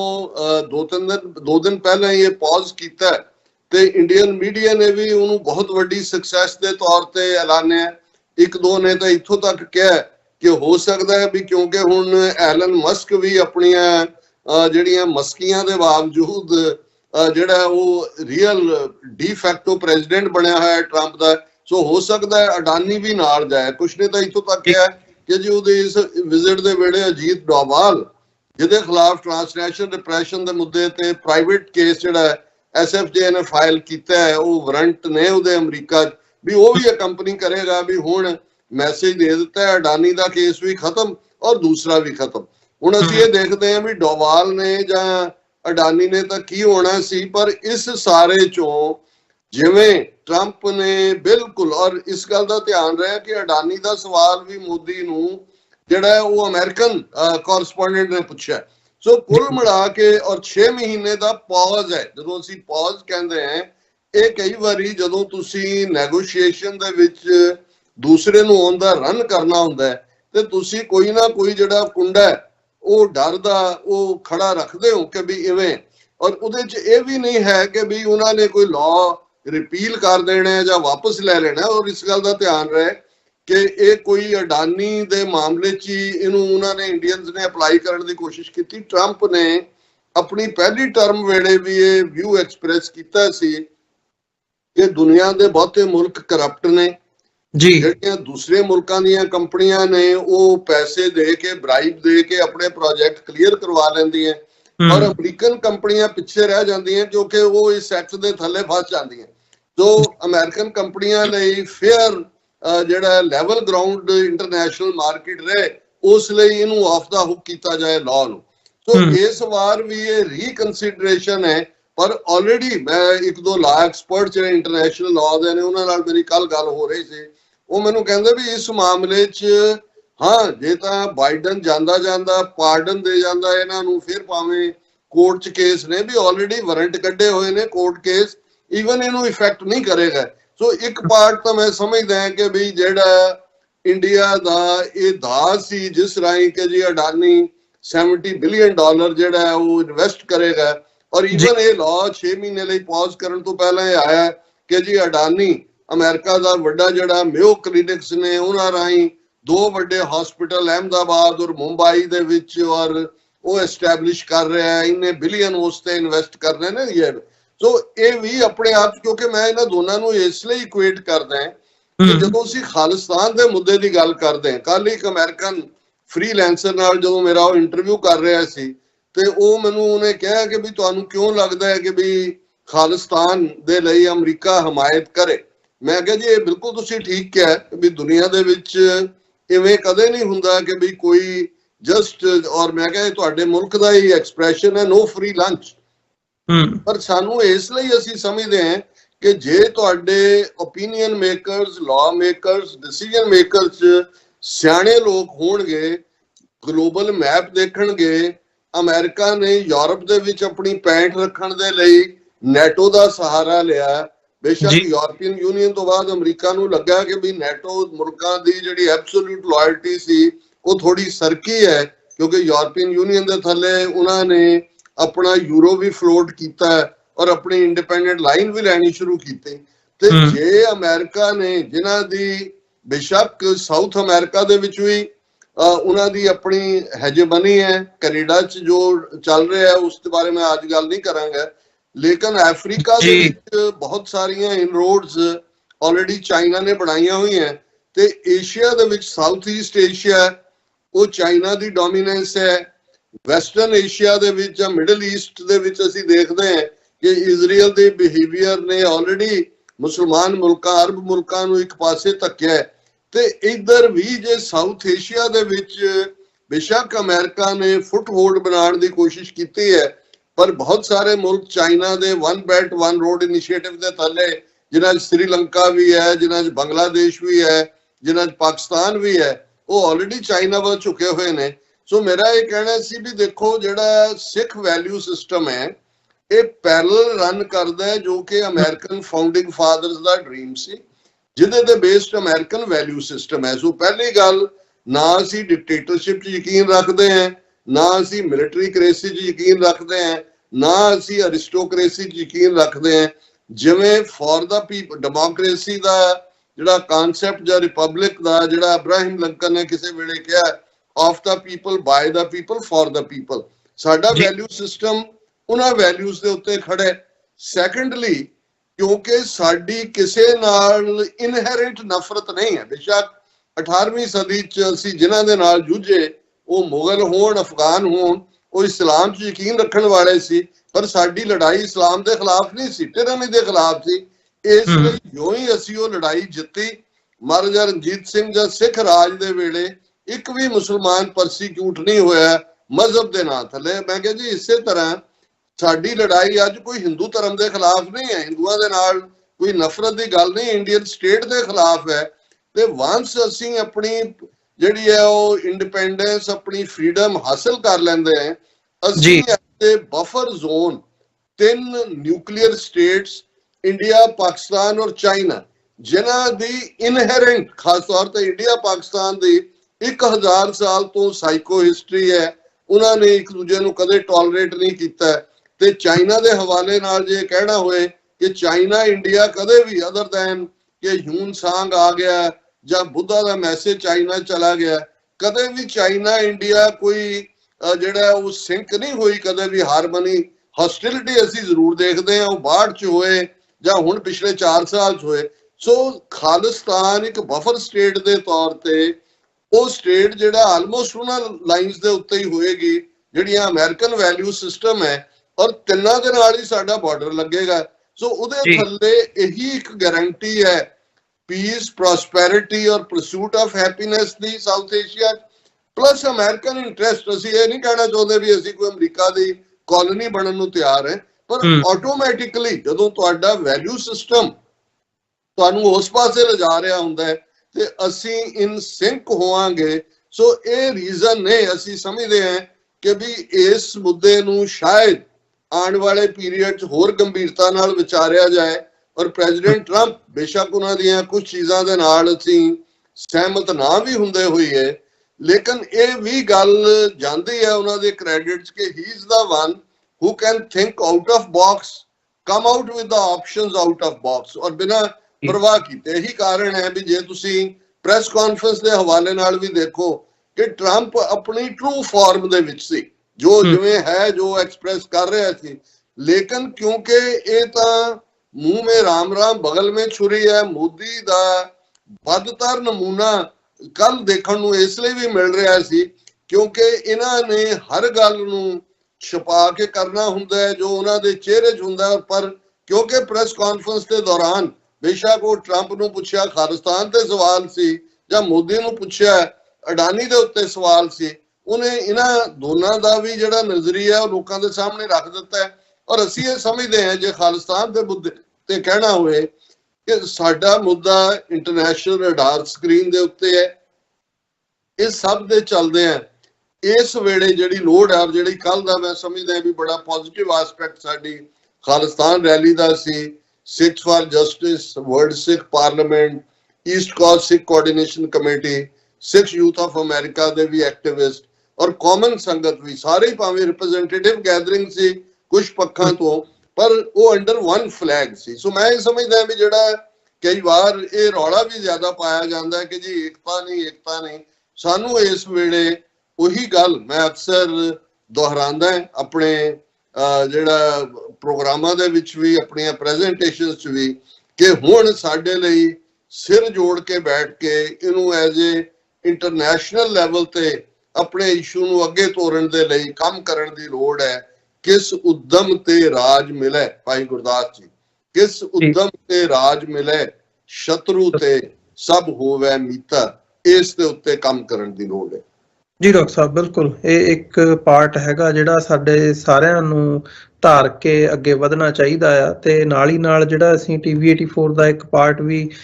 ਇੱਕ ਮੇਨ ਫੋਕਸ ਵੀ ਹੁੰਦਾ ਵੀ ਭਾਈ ਜਿਹੜਾ ਇੱਕ ਨੈਰੇਟਿਵ ਜਾਂ ਇੱਕ ਪ੍ਰੋਪੇਗੈਂਡਾ ਸਿੱਖਾਂ ਦੇ ਖਿਲਾਫ ਵਰਤਿਆ ਜਾਂਦਾ, ਕੀਤਾ ਜਾਂਦਾ, ਉਹਨੂੰ ਤੁਸੀਂ ਚੈਲੰਜ ਕਰੋ। ਸੋ ਅੱਜ ਮਤਲਬ ਉਹੀ ਜਿਵੇਂ ਤੁਸੀਂ ਇਹ ਸਾਰੀ ਕਨਵਰਸੇਸ਼ਨ ਦੇ ਦੌਰਾਨ ਜ਼ਿਕਰ ਵੀ ਕੀਤਾ ਵੀ ਪਿਛਲੇ ਸਮੇਂ ਦੇ ਵਿੱਚ, ਪਿਛਲੇ ਦਿਨਾਂ ਦੇ ਵਿੱਚ ਕਿਵੇਂ ਇੱਕ ਮੋਦੀ ਨੂੰ ਲਾਰਜਰ ਦੈਨ ਲਾਈਫ ਬਣਾ ਕੇ ਪੇਸ਼ ਕੀਤਾ ਗਿਆ ਇੰਡੀਅਨ ਮੀਡੀਆ ਦੇ ਵੱਲੋਂ, ਤੇ ਉਹੀ ਨੈਰੇਟਿਵ ਉਹਨਾਂ ਦਾ ਕਿਤੇ ਨਾ ਕਿਤੇ ਹੁਣ ਵੀ ਉਹ ਕੋਸ਼ਿਸ਼ ਜਿਹੜੀ ਹੈ ਉਹ ਜਾਰੀ ਹੈ। ਸੋ ਉਹਦੇ 'ਚ ਇੱਕ ਹੋਰ ਸਵਾਲ ਮੈਂ ਉਹ ਕਰਾਂ ਵੀ ਜਦੋਂ ਅਸੀਂ ਪ੍ਰਾਪਤੀਆਂ ਦੀ ਗੱਲ ਕਰਦੇ ਹਾਂ ਵੀ ਭਾਈ ਇਸ ਮੀਟਿੰਗ ਦਾ, ਟਰੰਪ ਤੇ ਮੋਦੀ ਦੀ ਮੀਟਿੰਗ ਦਾ, ਇਹਦੇ ਵਿੱਚੋਂ ਸਿੱਟਾ ਕੀ ਨਿਕਲਦਾ ਹੈ ਜਾਂ ਫਾਇਦਾ ਨੁਕਸਾਨ ਕਿਹਦਾ ਕਿੰਨਾ ਕੁ ਫਾਇਦਾ ਹੁੰਦਾ, ਭਾਰਤ ਦੇ ਪੱਖ ਤੋਂ ਭਾਰਤ ਨੂੰ ਕੀ ਫਾਇਦਾ ਹੁੰਦਾ ਜਾਂ ਅਮਰੀਕਾ ਦਾ ਕੀ ਫਾਇਦਾ ਹੋਇਆ? ਅਮਰੀਕਾ ਨੇ ਆਪਣੇ ਹਥਿਆਰ ਵੇਚਣ ਦੀ ਗੱਲ ਕੀਤੀ ਹੈ, ਅਮਰੀਕਾ ਦੀ ਡਿਫੈਂਸ ਡੀਲ ਦੇ ਹਵਾਲੇ ਨਾਲ ਅਸੀਂ ਦੇਖਦੇ ਹਾਂ, ਜਾਂ ਜਦੋਂ ਅਸੀਂ ਦੇਖਦੇ ਹਾਂ ਕਿ ਜਿਹੜੇ ਟੈਰਿਫਸ ਹੈਗੇ ਆ ਉਹਦਾ ਇਸ਼ੂ ਭਾਰਾ ਰਿਹਾ, ਜਾਂ ਰਸ਼ੀਅਨ ਆਇਲ ਦੀ ਥਾਂ ਤੇ ਕੀ ਅਮਰੀਕੀ ਆਇਲ ਵੇਚਣ ਦੀ ਜਿਹੜੀ ਲਾਈਨ ਹੈਗੀ ਹੈ, ਤੇ ਈਵਨ ਡੈਪੂਟੇਸ਼ਨ ਦਾ ਅਸੀਂ ਜ਼ਿਕਰ ਕੀਤਾ, ਇਹ ਸਾਰੇ ਅਮਰੀਕਾ ਦੇ ਪੱਖ ਤੋਂ ਉਹ ਹੈਗੇ ਆ ਜਿਹੜੇ ਅਸੀਂ ਫਾਇਦਿਆਂ ਦੇ ਵਿੱਚ ਅਸੀਂ ਗਿਣ ਸਕਦੇ ਹਾਂ। ਪਰ ਜਦੋਂ ਅਸੀਂ ਭਾਰਤ ਦੇ ਵੱਲੋਂ ਦੇਖਦੇ ਹਾਂ ਤੇ ਉਹਨਾਂ ਦੀਆਂ ਪ੍ਰਾਪਤੀਆਂ ਈਵਨ ਮੀਡੀਆ ਦੇ ਵਿੱਚ ਜਾਂ ਸੋਸ਼ਲ ਮੀਡੀਆ ਤੇ ਉਹ ਵੀ ਮੋਦੀ ਨੂੰ ਕੋਈ ਜਿਹੜਾ ਕਮੈਂਟ ਜਾਂ ਇੱਕ ਤਾਰੀਫ ਦਾ ਸ਼ਬਦ ਕਹਿ ਦਿੱਤਾ, ਉਹਨੂੰ ਬੜਾ ਵੱਡਾ ਬਣਾ ਕੇ ਪੇਸ਼ ਕੀਤਾ ਜਾ ਰਿਹਾ ਹੈ, ਜਾਂ ਮੋਦੀ ਦੇ ਲਈ ਟਰੰਪ ਸਾਹਿਬ ਨੇ ਕੁਰਸੀ ਉਹਨਾਂ ਨੂੰ ਬੈਠਣ ਦੇ ਲਈ ਆਫਰ ਕਰ ਦਿੱਤੀ, ਉਹਨੂੰ ਬਹੁਤ ਵੱਡਾ ਬਣਾ ਕੇ ਪੇਸ਼ ਕੀਤਾ ਜਾ ਰਿਹਾ ਹੈ। ਵੀ ਪ੍ਰਾਪਤੀਆਂ ਕੀ ਨੇ, ਰੀਅਲ ਪ੍ਰਾਪਤੀ ਕੀ ਹੈ ਤੇ ਬਣਾ ਕੇ ਕੀ ਪੇਸ਼ ਕੀਤਾ ਜਾ ਰਿਹਾ ਜਦੋਂ ਅਸੀਂ ਉਸ ਪੱਖ ਤੋਂ ਦੇਖਦੇ ਹਾਂ, ਤੇ ਇਹ ਕਿਵੇਂ ਤੁਸੀਂ ਦੇਖਦੇ ਹੋ ਅਮਰੀਕਾ ਤੇ ਭਾਰਤ ਦੇ ਪਰਸਪੈਕਟਿਵ ਤੋਂ? ਦੇਖੋ, ਪਿਛਲੇ ਕੱਲ ਤੋਂ ਗਾਲਬ ਮੈਨੂੰ ਬਾਰ-ਬਾਰ ਯਾਦ ਆ ਰਿਹਾ ਹੈ, ਔਰ ਗਾਲਬ ਦੇ ਇਸ ਸ਼ੇਅਰ ਦੇ ਨਾਲ ਹੀ ਇਸ ਸਾਰੀ ਸਿਚੁਏਸ਼ਨ ਨੂੰ ਬੜੇ ਸੁਖੈਨ ਅੰਦਾਜ਼ 'ਚ ਬਿਆਨ ਕੀਤਾ ਜਾ ਸਕਦਾ ਹੈ। ਨਿਕਲਣਾ खुल्द से आदम का सुनते आए हैं, लेकिन बड़े बेआबरू होकर तेरे कूचे से हम निकले। खुल्द ਬਹਿਸ਼ਤ ਨੂੰ ਕਹਿੰਦੇ ਨੇ, ਹੈਵਨ ਨੂੰ ਕਹਿੰਦੇ ਨੇ। ਔਰ ਇਹ ਕਹਾਣੀ ਕਿ ਕਿਵੇਂ ਆਦਮ ਨੂੰ ਉਹਦੇ ਸਿਨ ਦੇ ਲਈ ਉਸ ਖੁਦ ਚੋਂ ਕੱਢਿਆ ਗਿਆ, ਇਹ ਜੂਡਾਇਜ਼ਮ, ਕ੍ਰਿਸਚੀਅਨਿਟੀ, ਇਸਲਾਮ ਉਹਦੀਆਂ ਫੇਵਰੇਟ ਬਿਗਨਿੰਗ ਕਹਾਣੀਆਂ ਚੋਂ ਹੀ ਹੈ। ਸੋ ਗਾਲਬ ਕਹਿੰਦੇ ਨੇ ਵੀ ਇਹ ਤਾਂ ਅਸੀਂ ਸੁਣਦੇ ਆਏ ਕਿ ਕਿਵੇਂ ਆਦਮ ਨੂੰ ਧੱਕਾ ਦੇ ਕੇ ਖੁਦ ਚੋਂ ਇਸ ਜ਼ਮੀਨ ਤੇ ਪਟਕਾ ਕੇ ਮਾਰਿਆ ਗਿਆ, ਪਰ ਜੋ ਮੇਰਾ ਹਾਲ ਤੇਰੇ ਕੂਚੇ ਚੋਂ ਜਿਵੇਂ ਮੈਨੂੰ ਕੱਢਿਆ ਗਿਆ, ਇਹ ਅੱਜ ਦੀ ਹਕੀਕਤ ਹੈ। ਖੁਦ ਤੋਂ ਆਦਮ ਦਾ ਕੱਢਿਆ ਜਾਣਾ ਤਾਂ ਪੁਰਾਣੀ ਗੱਲ ਹੋ ਗਈ ਮਜ਼ਹਬਾਂ ਦੇ ਹਵਾਲੇ ਨਾਲ। ਸੋ ਮੈਂ ਸਮਝਦਾ ਵੀ ਦੋ ਐਸਪੈਕਟ ਅਸੀਂ ਆਲਰੇਡੀ ਡਿਸਕਸ ਕੀਤੇ ਨੇ। ਹੁਣ ਜਿਹੜੇ ਤੁਸੀਂ ਬ੍ਰੌਡਰ ਕੇ ਕੀ ਖੋਇਆ ਕੀ ਪਾਇਆ, ਜੇ ਇਸ ਹਵਾਲੇ ਨਾਲ ਦੇਖੋ ਤੇ ਇੱਕ ਹੁੰਦਾ ਹੈ ਕਿ ਵੀ ਧੁੱਪੇ ਖੜੇ ਕਰਕੇ ਕਿਸੇ ਦੇ ਕੱਪੜੇ ਲਾ ਕੇ ਉਸ ਨੂੰ ਕਹਿਣਾ ਵੀ ਹੁਣ ਕੱਪੜੇ ਪਾ ਲੈ, ਇੱਕ ਹੁੰਦਾ ਨਾਲ ਭਿਉਂ ਕੇ ਛਿੱਤਰ ਮਾਰਨੇ। ਹੁਣ ਤੁਸੀਂ ਜੇ ਓਵਰਆਲ ਪਹਿਲਾਂ ਤਾਂ ਵਪਾਰਕ ਐਂਗਲ ਤੋਂ ਦੇਖੀਏ, ਹੁਣ F-35 ਜਿਹੜਾ ਬਹੁਤ ਮਹਿੰਗਾ ਪਲੇਨ ਹੈ, ਜਿਹੜਾ ਉਹਨਾਂ ਦਾ ਕਾਊਂਟਰ ਪਾਰਟ ਰਸ਼ੀਆ ਦੇ ਕੋਲ ਹੈ, ਉਹਦੇ ਨਾਲੋਂ 10 ਗੁਣਾ ਮਹਿੰਗਾ, ਔਰ ਜਿਸ ਦੇ ਵਿੱਚ ਆਲਰੇਡੀ ਐਲਨ ਮਸਕ ਜਿਹੜਾ ਇਸ ਵੇਲੇ ਡੀ ਫੈਕਟੋ ਪ੍ਰੈਜ਼ੀਡੈਂਟ ਹੈ, ਉਹ ਇਹਨੂੰ ਕੂੜ ਕਬਾੜ ਕਹਿ ਚੁੱਕਾ ਹੈ। ਇਸ ਜਹਾਜ਼ ਨੂੰ F-35 ਨੂੰ ਬਹੁਤ ਐਕਸਪੈਂਸਿਵ ਹੈ। ਰਿਪਬਲਿਕ ਡੇ ਦੇ ਮੌਕੇ ਪਿੱਛੇ ਜਾਂ 에ਅਰ ਸ਼ੋ ਦੇ ਮੌਕੇ ਇਹਨਾਂ ਨੇ ਰਸ਼ੀਅਨ ਕਾਊਂਟਰ ਪਾਰਟ ਦੇ ਨਾਲ ਪਹਿਲਾਂ ਇਹਨਾਂ ਦੀ ਪੈਰਲਲ ਉਡਾਨ ਕਰਵਾਉਣੀ ਸੀ, ਜਿਹੜੇ ਉਹ ਹਵਾ ਦੇ ਵਿੱਚ ਆਪਸੀ ਜਲਵੇ ਦਿਖਾਉਂਦੇ ਨੇ। ਐਂਡ 12th ਆਵਰ ਅਮਰੀਕਾ ਨੇ ਨਾ ਕਰ ਦਿੱਤੀ, ਕਿਉਂਕਿ ਉਹਨਾਂ ਨੂੰ ਲੱਗਦਾ ਸੀ ਕਿ ਵੀ 10 ਗੁਣਾ ਜ਼ਿਆਦਾ ਕੀਮਤ ਵਾਲੇ ਵੀ ਉਸ ਲੈਵਲ ਤੇ ਪਰਫਾਰਮ ਨਹੀਂ ਕਰ ਪਾਣਗੇ ਜੋ ਕਿ ਰਸ਼ੀਅਨ ਪਲੇਨ ਹੈ। ਸੋ ਟਰੰਪ ਨੇ ਖੁੱਲ੍ਹੇਆਮ ਕਿਹਾ ਕਿ ਭਾਈ ਇਹਨੂੰ ਖਰੀਦੋ। ਹਾਲਾਂ ਬਾਅਦ ਚ ਇਹਨਾਂ ਦੇ ਫੋਰਨ ਸੈਕਟਰੀ ਉਹਨੇ ਵਿਕਰਮ ਮਿਸਰੀ ਨੇ ਲੰਬਾ ਪ੍ਰੋਜੈਕਟ ਤੇ ਇੱਧਰ ਉੱਧਰ ਕਰਕੇ ਇਹ ਪ੍ਰਭਾਵ ਦੇਣ ਦੀ ਕੋਸ਼ਿਸ਼ ਕੀਤੀ ਕਿ ਵੀ ਅਸੀਂ ਸ਼ਾਇਦ ਇਹਦੇ ਇਨਸਟੈਂਟ ਬਾਇਰ ਨਹੀਂ, ਕਰੂਡ ਆਇਲ ਬਾਏ ਕਰਨ ਦੀ ਗੱਲ। ਹੁਣ ਇਹਨੂੰ ਵੀ ਅਸੀਂ, ਜਿੱਥੇ ਮੈਂ ਇਹ ਕਿਹਾ ਵੀ ਆਉਣ ਤੋਂ ਪਹਿਲਾਂ ਜਿਹੜੇ ਟਰੰਪ ਨੇ ਇਹਨੂੰ ਹਿਊਮਿਲੇਟ ਕਰਨ ਵਾਲੇ ਸਟੈਪ ਲਏ, ਉਹਨਾਂ 'ਚ ਇੱਕ ਚਾਬਹਾਰ ਪੋਰਟ ਜਿਹਦੇ ਤੇ ਆਲਮੋਸਟ $330 ਮਿਲੀਅਨ ਇੰਡੀਆ ਇਨਵੈਸਟ ਕਰ ਚੁੱਕਾ ਹੈ, ਜਿਹਦੇ ਰਾਹੀਂ ਇੰਡੀਆ ਇਹ ਸਮਝਦਾ ਸੀ ਕਿ ਪਾਕਿਸਤਾਨ ਨੂੰ ਬਾਈਪਾਸ ਕਰਕੇ ਚਾਬਹਾਰ ਰਾਹੀਂ ਸੈਂਟਰਲ ਏਸ਼ੀਆ ਔਰ ਯੂਰਪ ਨਾਲੋਂ ਟ੍ਰੇਡ ਕਰ ਸਕਦਾ ਹੈ। ਔਰ ਉਹਦਾ ਇੱਕ ਵੇਵਰ ਇਸ ਦੇ ਟਰੰਪ ਦੇ ਪਹਿਲੇ ਮੌਕੇ ਤੇ, ਕਿਉਂਕਿ ਈਰਾਨ ਦੇ ਉੱਤੇ ਇੰਟਰਨੈਸ਼ਨਲ ਸੈਂਕਸ਼ਨਸ ਲੱਗੀਆਂ ਹੋਈਆਂ, ਪਰ ਇੰਡੀਆ ਨੂੰ ਉਹਨਾਂ ਨੇ ਅਲਾਉ ਕਰਤਾ ਸੀ ਕਿ ਵੀ ਤੁਸੀਂ ਚਾਬਹਾਰ ਡਿਵੈਲਪ ਕਰ ਲਓ, ਕਿਉਂਕਿ ਉਦੋਂ ਅਮਰੀਕਨ ਫੌਜ ਅਫਗਾਨਿਸਤਾਨ 'ਚ ਸੀ ਤੇ ਉਹ ਆਲਟਰਨੇਟ ਰਾਊਟ ਲੱਭਦੇ ਸੀ ਕਿ ਜੇ ਪਾਕਿਸਤਾਨ ਚਮਨ ਜਾਂ ਤੁਰਖਮ ਬਾਰਡਰ ਨੂੰ ਕਲੋਜ਼ ਕਰ ਦਿਓ। ਉਦੋਂ ਇੱਕ ਅੱਧੀ ਵਾਰੀ ਝਗੜਾ ਵੀ ਹੋਇਆ ਡਰੋਨ ਹਮਲੇ ਨੂੰ ਲੈ ਕੇ। ਉਹ ਵੀ ਟਰੰਪ ਨੇ ਠੀਕ ਹਫ਼ਤਾ ਪਹਿਲਾਂ ਐਗਜ਼ੈਕਟਿਵ ਆਰਡਰ ਦੇ ਨਾਲ ਇਹ ਕਿਹਾ ਸੀ ਕਿ ਵੀ ਉਹ ਸੈਂਕਸ਼ਨਸ ਅਸੀਂ ਖਤਮ ਕਰ ਦੇ। ਫਿਰ ਇਸ ਦੇ ਦੌਰਾਨ ਕਰੂਡ ਆਇਲ ਬਾਇ ਕਰਨਾ ਖੁਦ, ਕਿਉਂਕਿ ਪਹਿਲੀ ਟਰਮ ਵੇਲੇ ਇੰਡੀਆ ਨੇ ਕਾਫੀ ਖਰੀਦਿਆ ਸੀ ਅਮਰੀਕਾ ਤੋਂ ਇਹਦੀ ਟਰੰਪ ਦੇ ਵੇਲੇ, ਪਰ ਬਾਈਡਨ ਦੇ ਵੇਲੇ ਇੰਨੀਆਂ ਮੌਜਾਂ ਇਹਨਾਂ ਨੇ ਕੀਤੀਆਂ ਕਿ ਇਹਨਾਂ ਨੇ, ਕਿਉਂਕਿ ਰਸ਼ੀਆ ਦੇ ਨਾਲ ਜੰਗ ਸ਼ੁਰੂ ਹੋ ਗਈ 2.5 ਸਾਲ ਪਹਿਲਾਂ ਯੂਕਰੇਨ ਦੇ ਮੁੱਦੇ ਤੇ, ਇਹਨਾਂ ਨੇ ਅਮਰੀਕਨ ਆਇਲ ਕੱਟ ਕਰਕੇ ਉਹ ਰਸ਼ੀਅਨ ਵੀ ਖਰੀਦਿਆ ਤੇ ਇਰਾਨੀਅਨ ਵੀ ਖਰੀਦਿਆ। ਸੋ ਉਹ ਵੀ ਇਹਨਾਂ ਦਾ ਦਰਵਾਜ਼ਾ ਬੰਦ, F-35 ਖਰੀਦਣ ਦਾ ਪੂਰਾ ਦਬਾਅ। ਤੇ ਇਸ ਦੇ ਨਾਲ ਨਾਲ ਜਿਹੜੀ ਗੱਲ ਬ੍ਰਿਕਸ ਦੇ ਹਵਾਲੇ ਨਾਲ, ਹੁਣ ਜਦੋਂ ਅਸੀਂ ਇਹ ਕਹਿੰਦੇ ਹਾਂ ਕਿ ਜੀ ਬ੍ਰਿਕਸ ਲਫ਼ਜ਼ ਹੀ Brazil, Russia, India, China, South Africa ਖੜੋਤੇ ਆ, ਜਿਹਦੇ ਚ ਕਈ ਦਾ ਮੂੰਹ ਐ ਬਣਿਆ ਹੋਇਆ ਜਿਵੇਂ ਪਤਾ ਨਹੀਂ ਕਈ ਮਹੀਨਿਆਂ ਦਾ ਭੁੱਖਾ ਜਿਹੜਾ ਉਹ ਧਰਤੀ ਚੋਂ ਪੁੱਟ ਕੇ ਕੱਢਿਆ ਹੋਇਆ, ਜਿਵੇਂ ਇਹਨਾਂ ਦੇ ਕਈ ਜੋਗੀ ਕੱਢੇ ਜਾਂਦੇ ਨੇ। ਜਦੋਂ ਉਹਨੇ ਕਿਹਾ ਕਿ ਵੀ ਬ੍ਰਿਕਸ ਤਾਂ ਮਰ ਹੀ ਗਿਆ, ਖਤਮ ਹੋ ਗਿਆ, ਜਦੋਂ ਤਾਂ ਮੈਂ ਕਿਹਾ ਓਵਰਆਲ ਇਟ ਇਜ਼ ਓਵਰ, ਔਰ ਇਹਦੇ ਚ ਕੋਈ ਜਿਹਨੂੰ ਉਹ ਕਹਿੰਦੇ ਨੇ ਵੀ ਕੱਟੋ ਤੇ ਖੂਨ ਨਹੀਂ ਵਾਲਾ ਇਹਦਾ ਹਾਲ ਸੀ। ਸੋ ਬ੍ਰਿਕਸ ਦਾ ਜਲੂਸ ਔਰ ਇਹ ਮੈਸੇਜ ਡਾਲਰ ਦੀ ਪਾਵਰ ਦਾ। ਔਰ ਜੇ ਤੁਸੀਂ ਕਾਊਂਟਰ ਦੇਖੋ, ਇੰਡੀਆ ਨੂੰ ਉਹਨੇ ਕਿਹਾ ਵੀ ਤੁਸੀਂ ਆਹ ਸਾਡੇ ਤੋਂ ਖਰੀਦਣਾ ਹੈ, ਤੁਹਾਡੇ ਤੇ ਟੈਰਿਫਸ ਉਹੀ ਲੱਗਣਗੀਆਂ ਜੋ ਤੁਸੀਂ ਸਾਡੇ ਤੇ ਲਾਈਆਂ ਹੋਈਆਂ, ਪਰ ਇੱਕ ਵੀ ਚੀਜ਼ ਐਸੀ ਨਹੀਂ ਹੈ ਜਿਹੜੀ ਇੰਡੀਆ ਦੀ ਹੋਏ। ਔਰ ਇਸੇ ਤਰ੍ਹਾਂ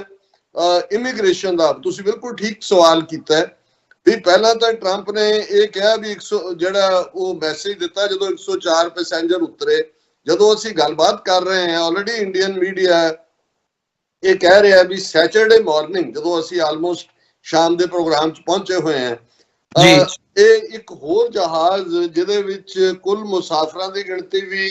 ਆ ਰਹੀ ਹੈ ਕਿ ਭਾਈ ਇਹ 119 ਹੋਰ ਮੁਸਾਫਰ ਜਿਨ੍ਹਾਂ 'ਚ 67 ਪੰਜਾਬੀ ਨੇ, ਉਹ ਅੰਮ੍ਰਿਤਸਰ ਏਅਰਪੋਰਟ ਤੇ ਉਤਰਨ ਜਾ ਰਿਹਾ। ਹੁਣ ਇਹ ਵੀ ਡਬਲ ਹਿਊਮਿਲੇਸ਼ਨ ਹੈ। ਔਰ ਇਸ ਤੋਂ ਬਾਅਦ ਇੱਕ ਹੋਰ ਆਲਰੇਡੀ ਸਕੈਜੂਲਡ ਹੋ ਚੁੱਕਾ ਹੈ। ਹੁਣ ਇਹ ਸਾਰਾ ਤਾਂ ਮੈਸੇਜ ਔਰ ਮੋਦੀ ਦਾ ਤੁਸੀਂ ਹਾਲ ਦੇਖ ਲਓ।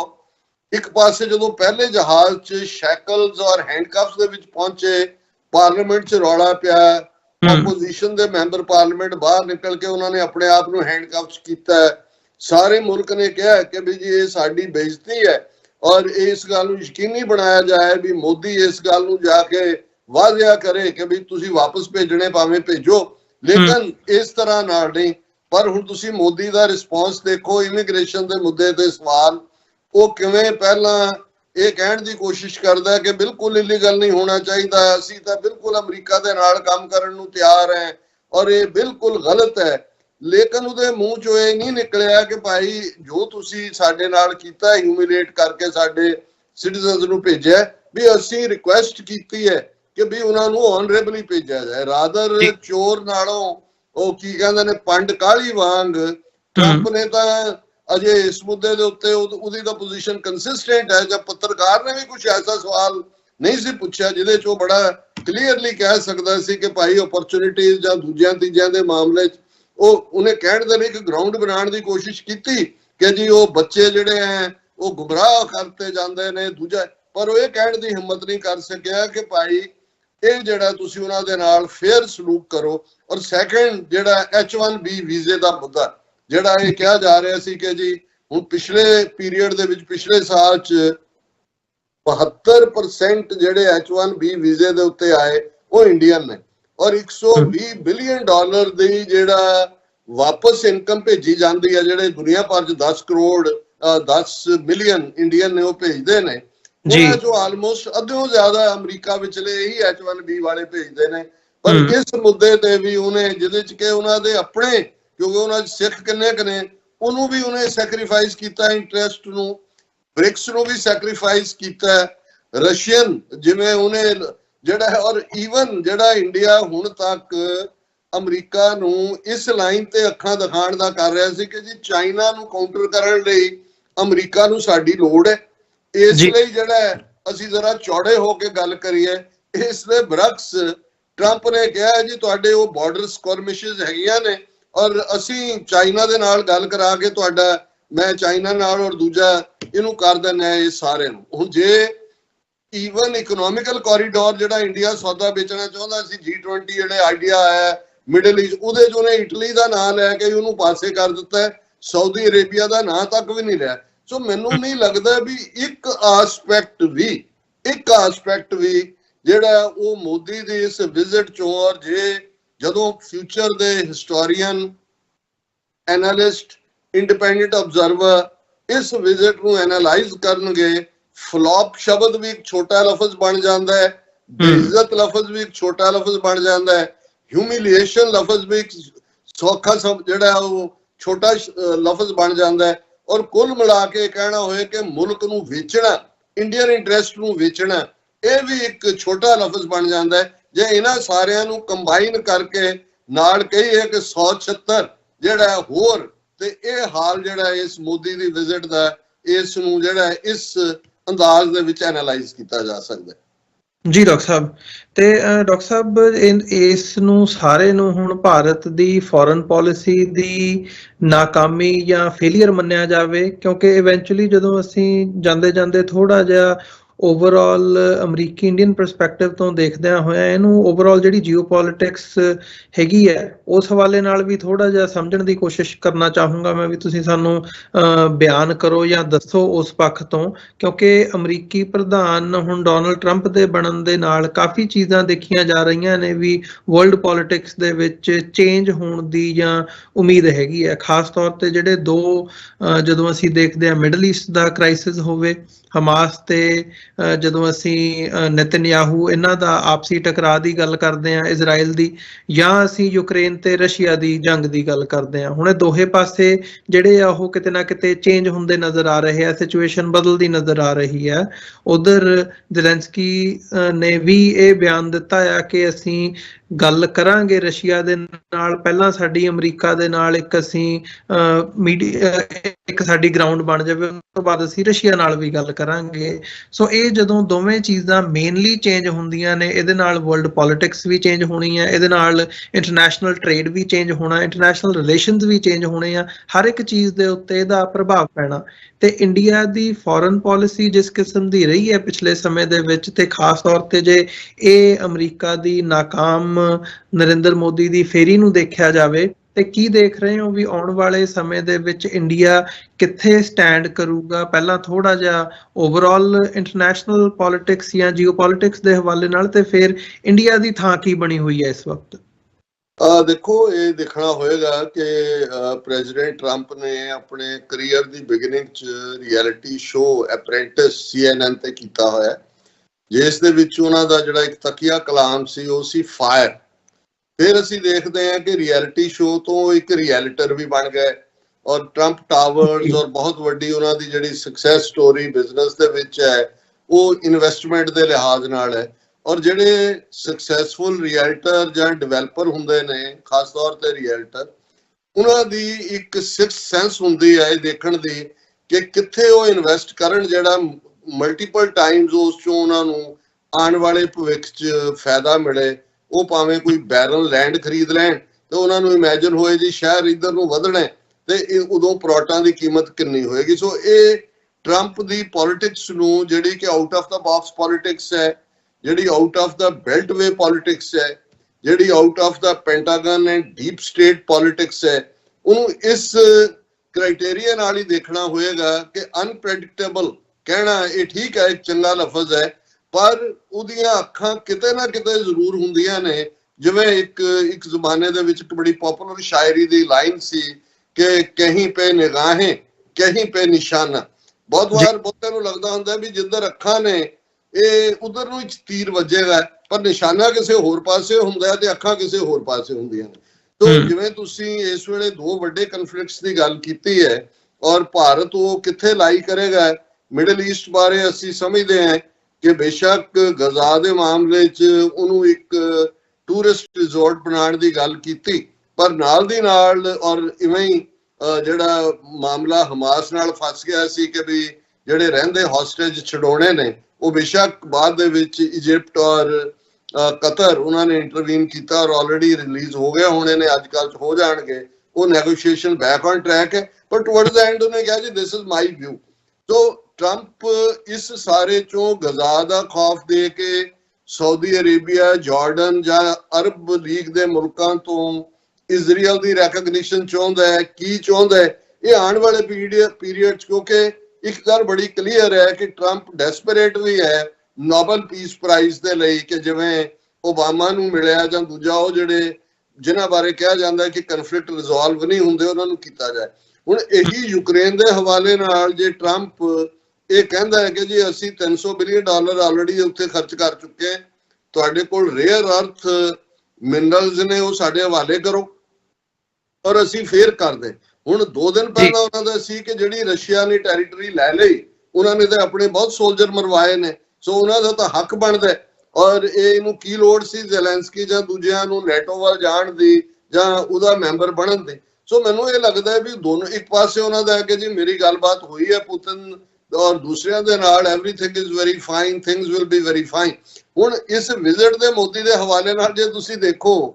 ਕਿਉਂਕਿ ਆਲਰੇਡੀ ਇੰਡੀਅਨ ਕਰਾਊਡ ਦੇ ਵਿੱਚ ਉਹਨਾਂ ਨੇ ਭਰਮ ਫੈਲਾਇਆ ਹੋਇਆ ਸੀ कि मोदी जी के तो बाएं हाथ की बात है, वो उनकी पुतिन से भी बनती है, ज़ेलेंस्की से भी बनती है। जब वो चाहे यूक्रेन की जंग रुकवा सकते हैं, मिडल ईस्ट की भी रुकवा सकते हैं। ਹੁਣ ਇਹੀ ਜਿਹੜਾ ਝੂਠ ਇਹਨਾਂ ਨੇ ਇੱਥੇ ਵੀ ਫੈਲਾਣਾ ਚਾਹਿਆ, ਜਿਹਦੇ 'ਚ ਉਹਨਾਂ ਨੇ ਕਿਹਾ ਜੀ ਯੂਕਰੇਨ ਦੇ ਹਵਾਲੇ ਨਾਲ ਔਰ ਦੂਜੇ ਜੀ ਗੱਲਾਂ ਬਾਤਾਂ ਨਾਲ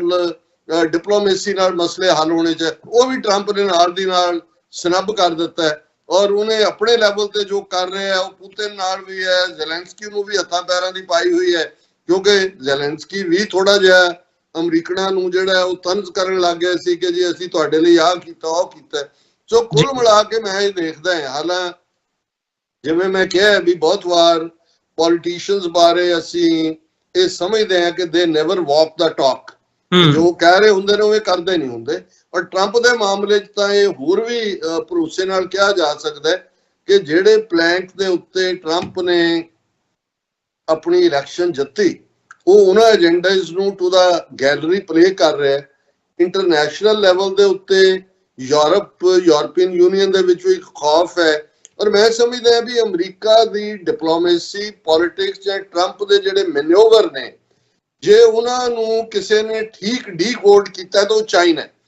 ਤੁਹਾਨੂੰ ਉਹਨਾਂ 'ਚ ਖੌਫ ਹੀ ਨਜ਼ਰ ਨਹੀਂ ਆਉਂਦਾ, ਉਹ ਲਿਫੇ ਵੀ ਨਹੀਂ ਹੋਏ, ਲੰਮੇ ਵੀ ਨਹੀਂ ਪਏ ਭਾਰਤ ਦੀ ਤਰ੍ਹਾਂ, ਔਰ ਖੌਫਜ਼ਦਾ ਵੀ ਨਹੀਂ ਨੇ, ਪਰ ਨਾਲ ਦੀ ਨਾਲ ਉਹ ਹਕੀਕਤ ਦੇ ਵਿੱਚ ਕਾਊਂਟਰ ਬੈਲੈਂਸ ਕਰਨ ਦੀ ਲਾਈਨ ਵੀ ਕਰ ਰਹੇ ਨੇ। ਸੋ ਮੈਨੂੰ ਲੱਗਦਾ ਵੀ ਕੁੱਲ ਮਿਲਾ ਕੇ ਅਲਟੀਮੇਟਲੀ ਇੱਕ ਠਹਿਰਾਵ ਜ਼ਰੂਰ ਆਏਗਾ। ਇਸ ਵੇਲੇ ਇੱਕ ਕੋਲਾਹਲ ਲਫ਼ਜ਼ ਕਈ ਵਾਰ ਇਸਤੇਮਾਲ ਹੁੰਦਾ ਕਿ ਵੀ ਉਹ ਹੈ ਇੱਕ ਵੱਡੀ ਹਲਚਲ ਹੈ, ਇੱਕ ਸੁਨਾਮੀ ਵਾਂਗ ਕਈਆਂ ਨੂੰ ਲੱਗਦਾ ਹੈ, ਕਈਆਂ ਨੂੰ ਇਹ ਜਿਹੜਾ ਸਟਾਰਮ ਲੱਗਦਾ ਹੈ। ਤੇ ਮੈਨੂੰ ਕਈ ਵਾਰੀ ਲੱਗਦਾ ਹੈ ਕਿ ਵੀ ਇਹ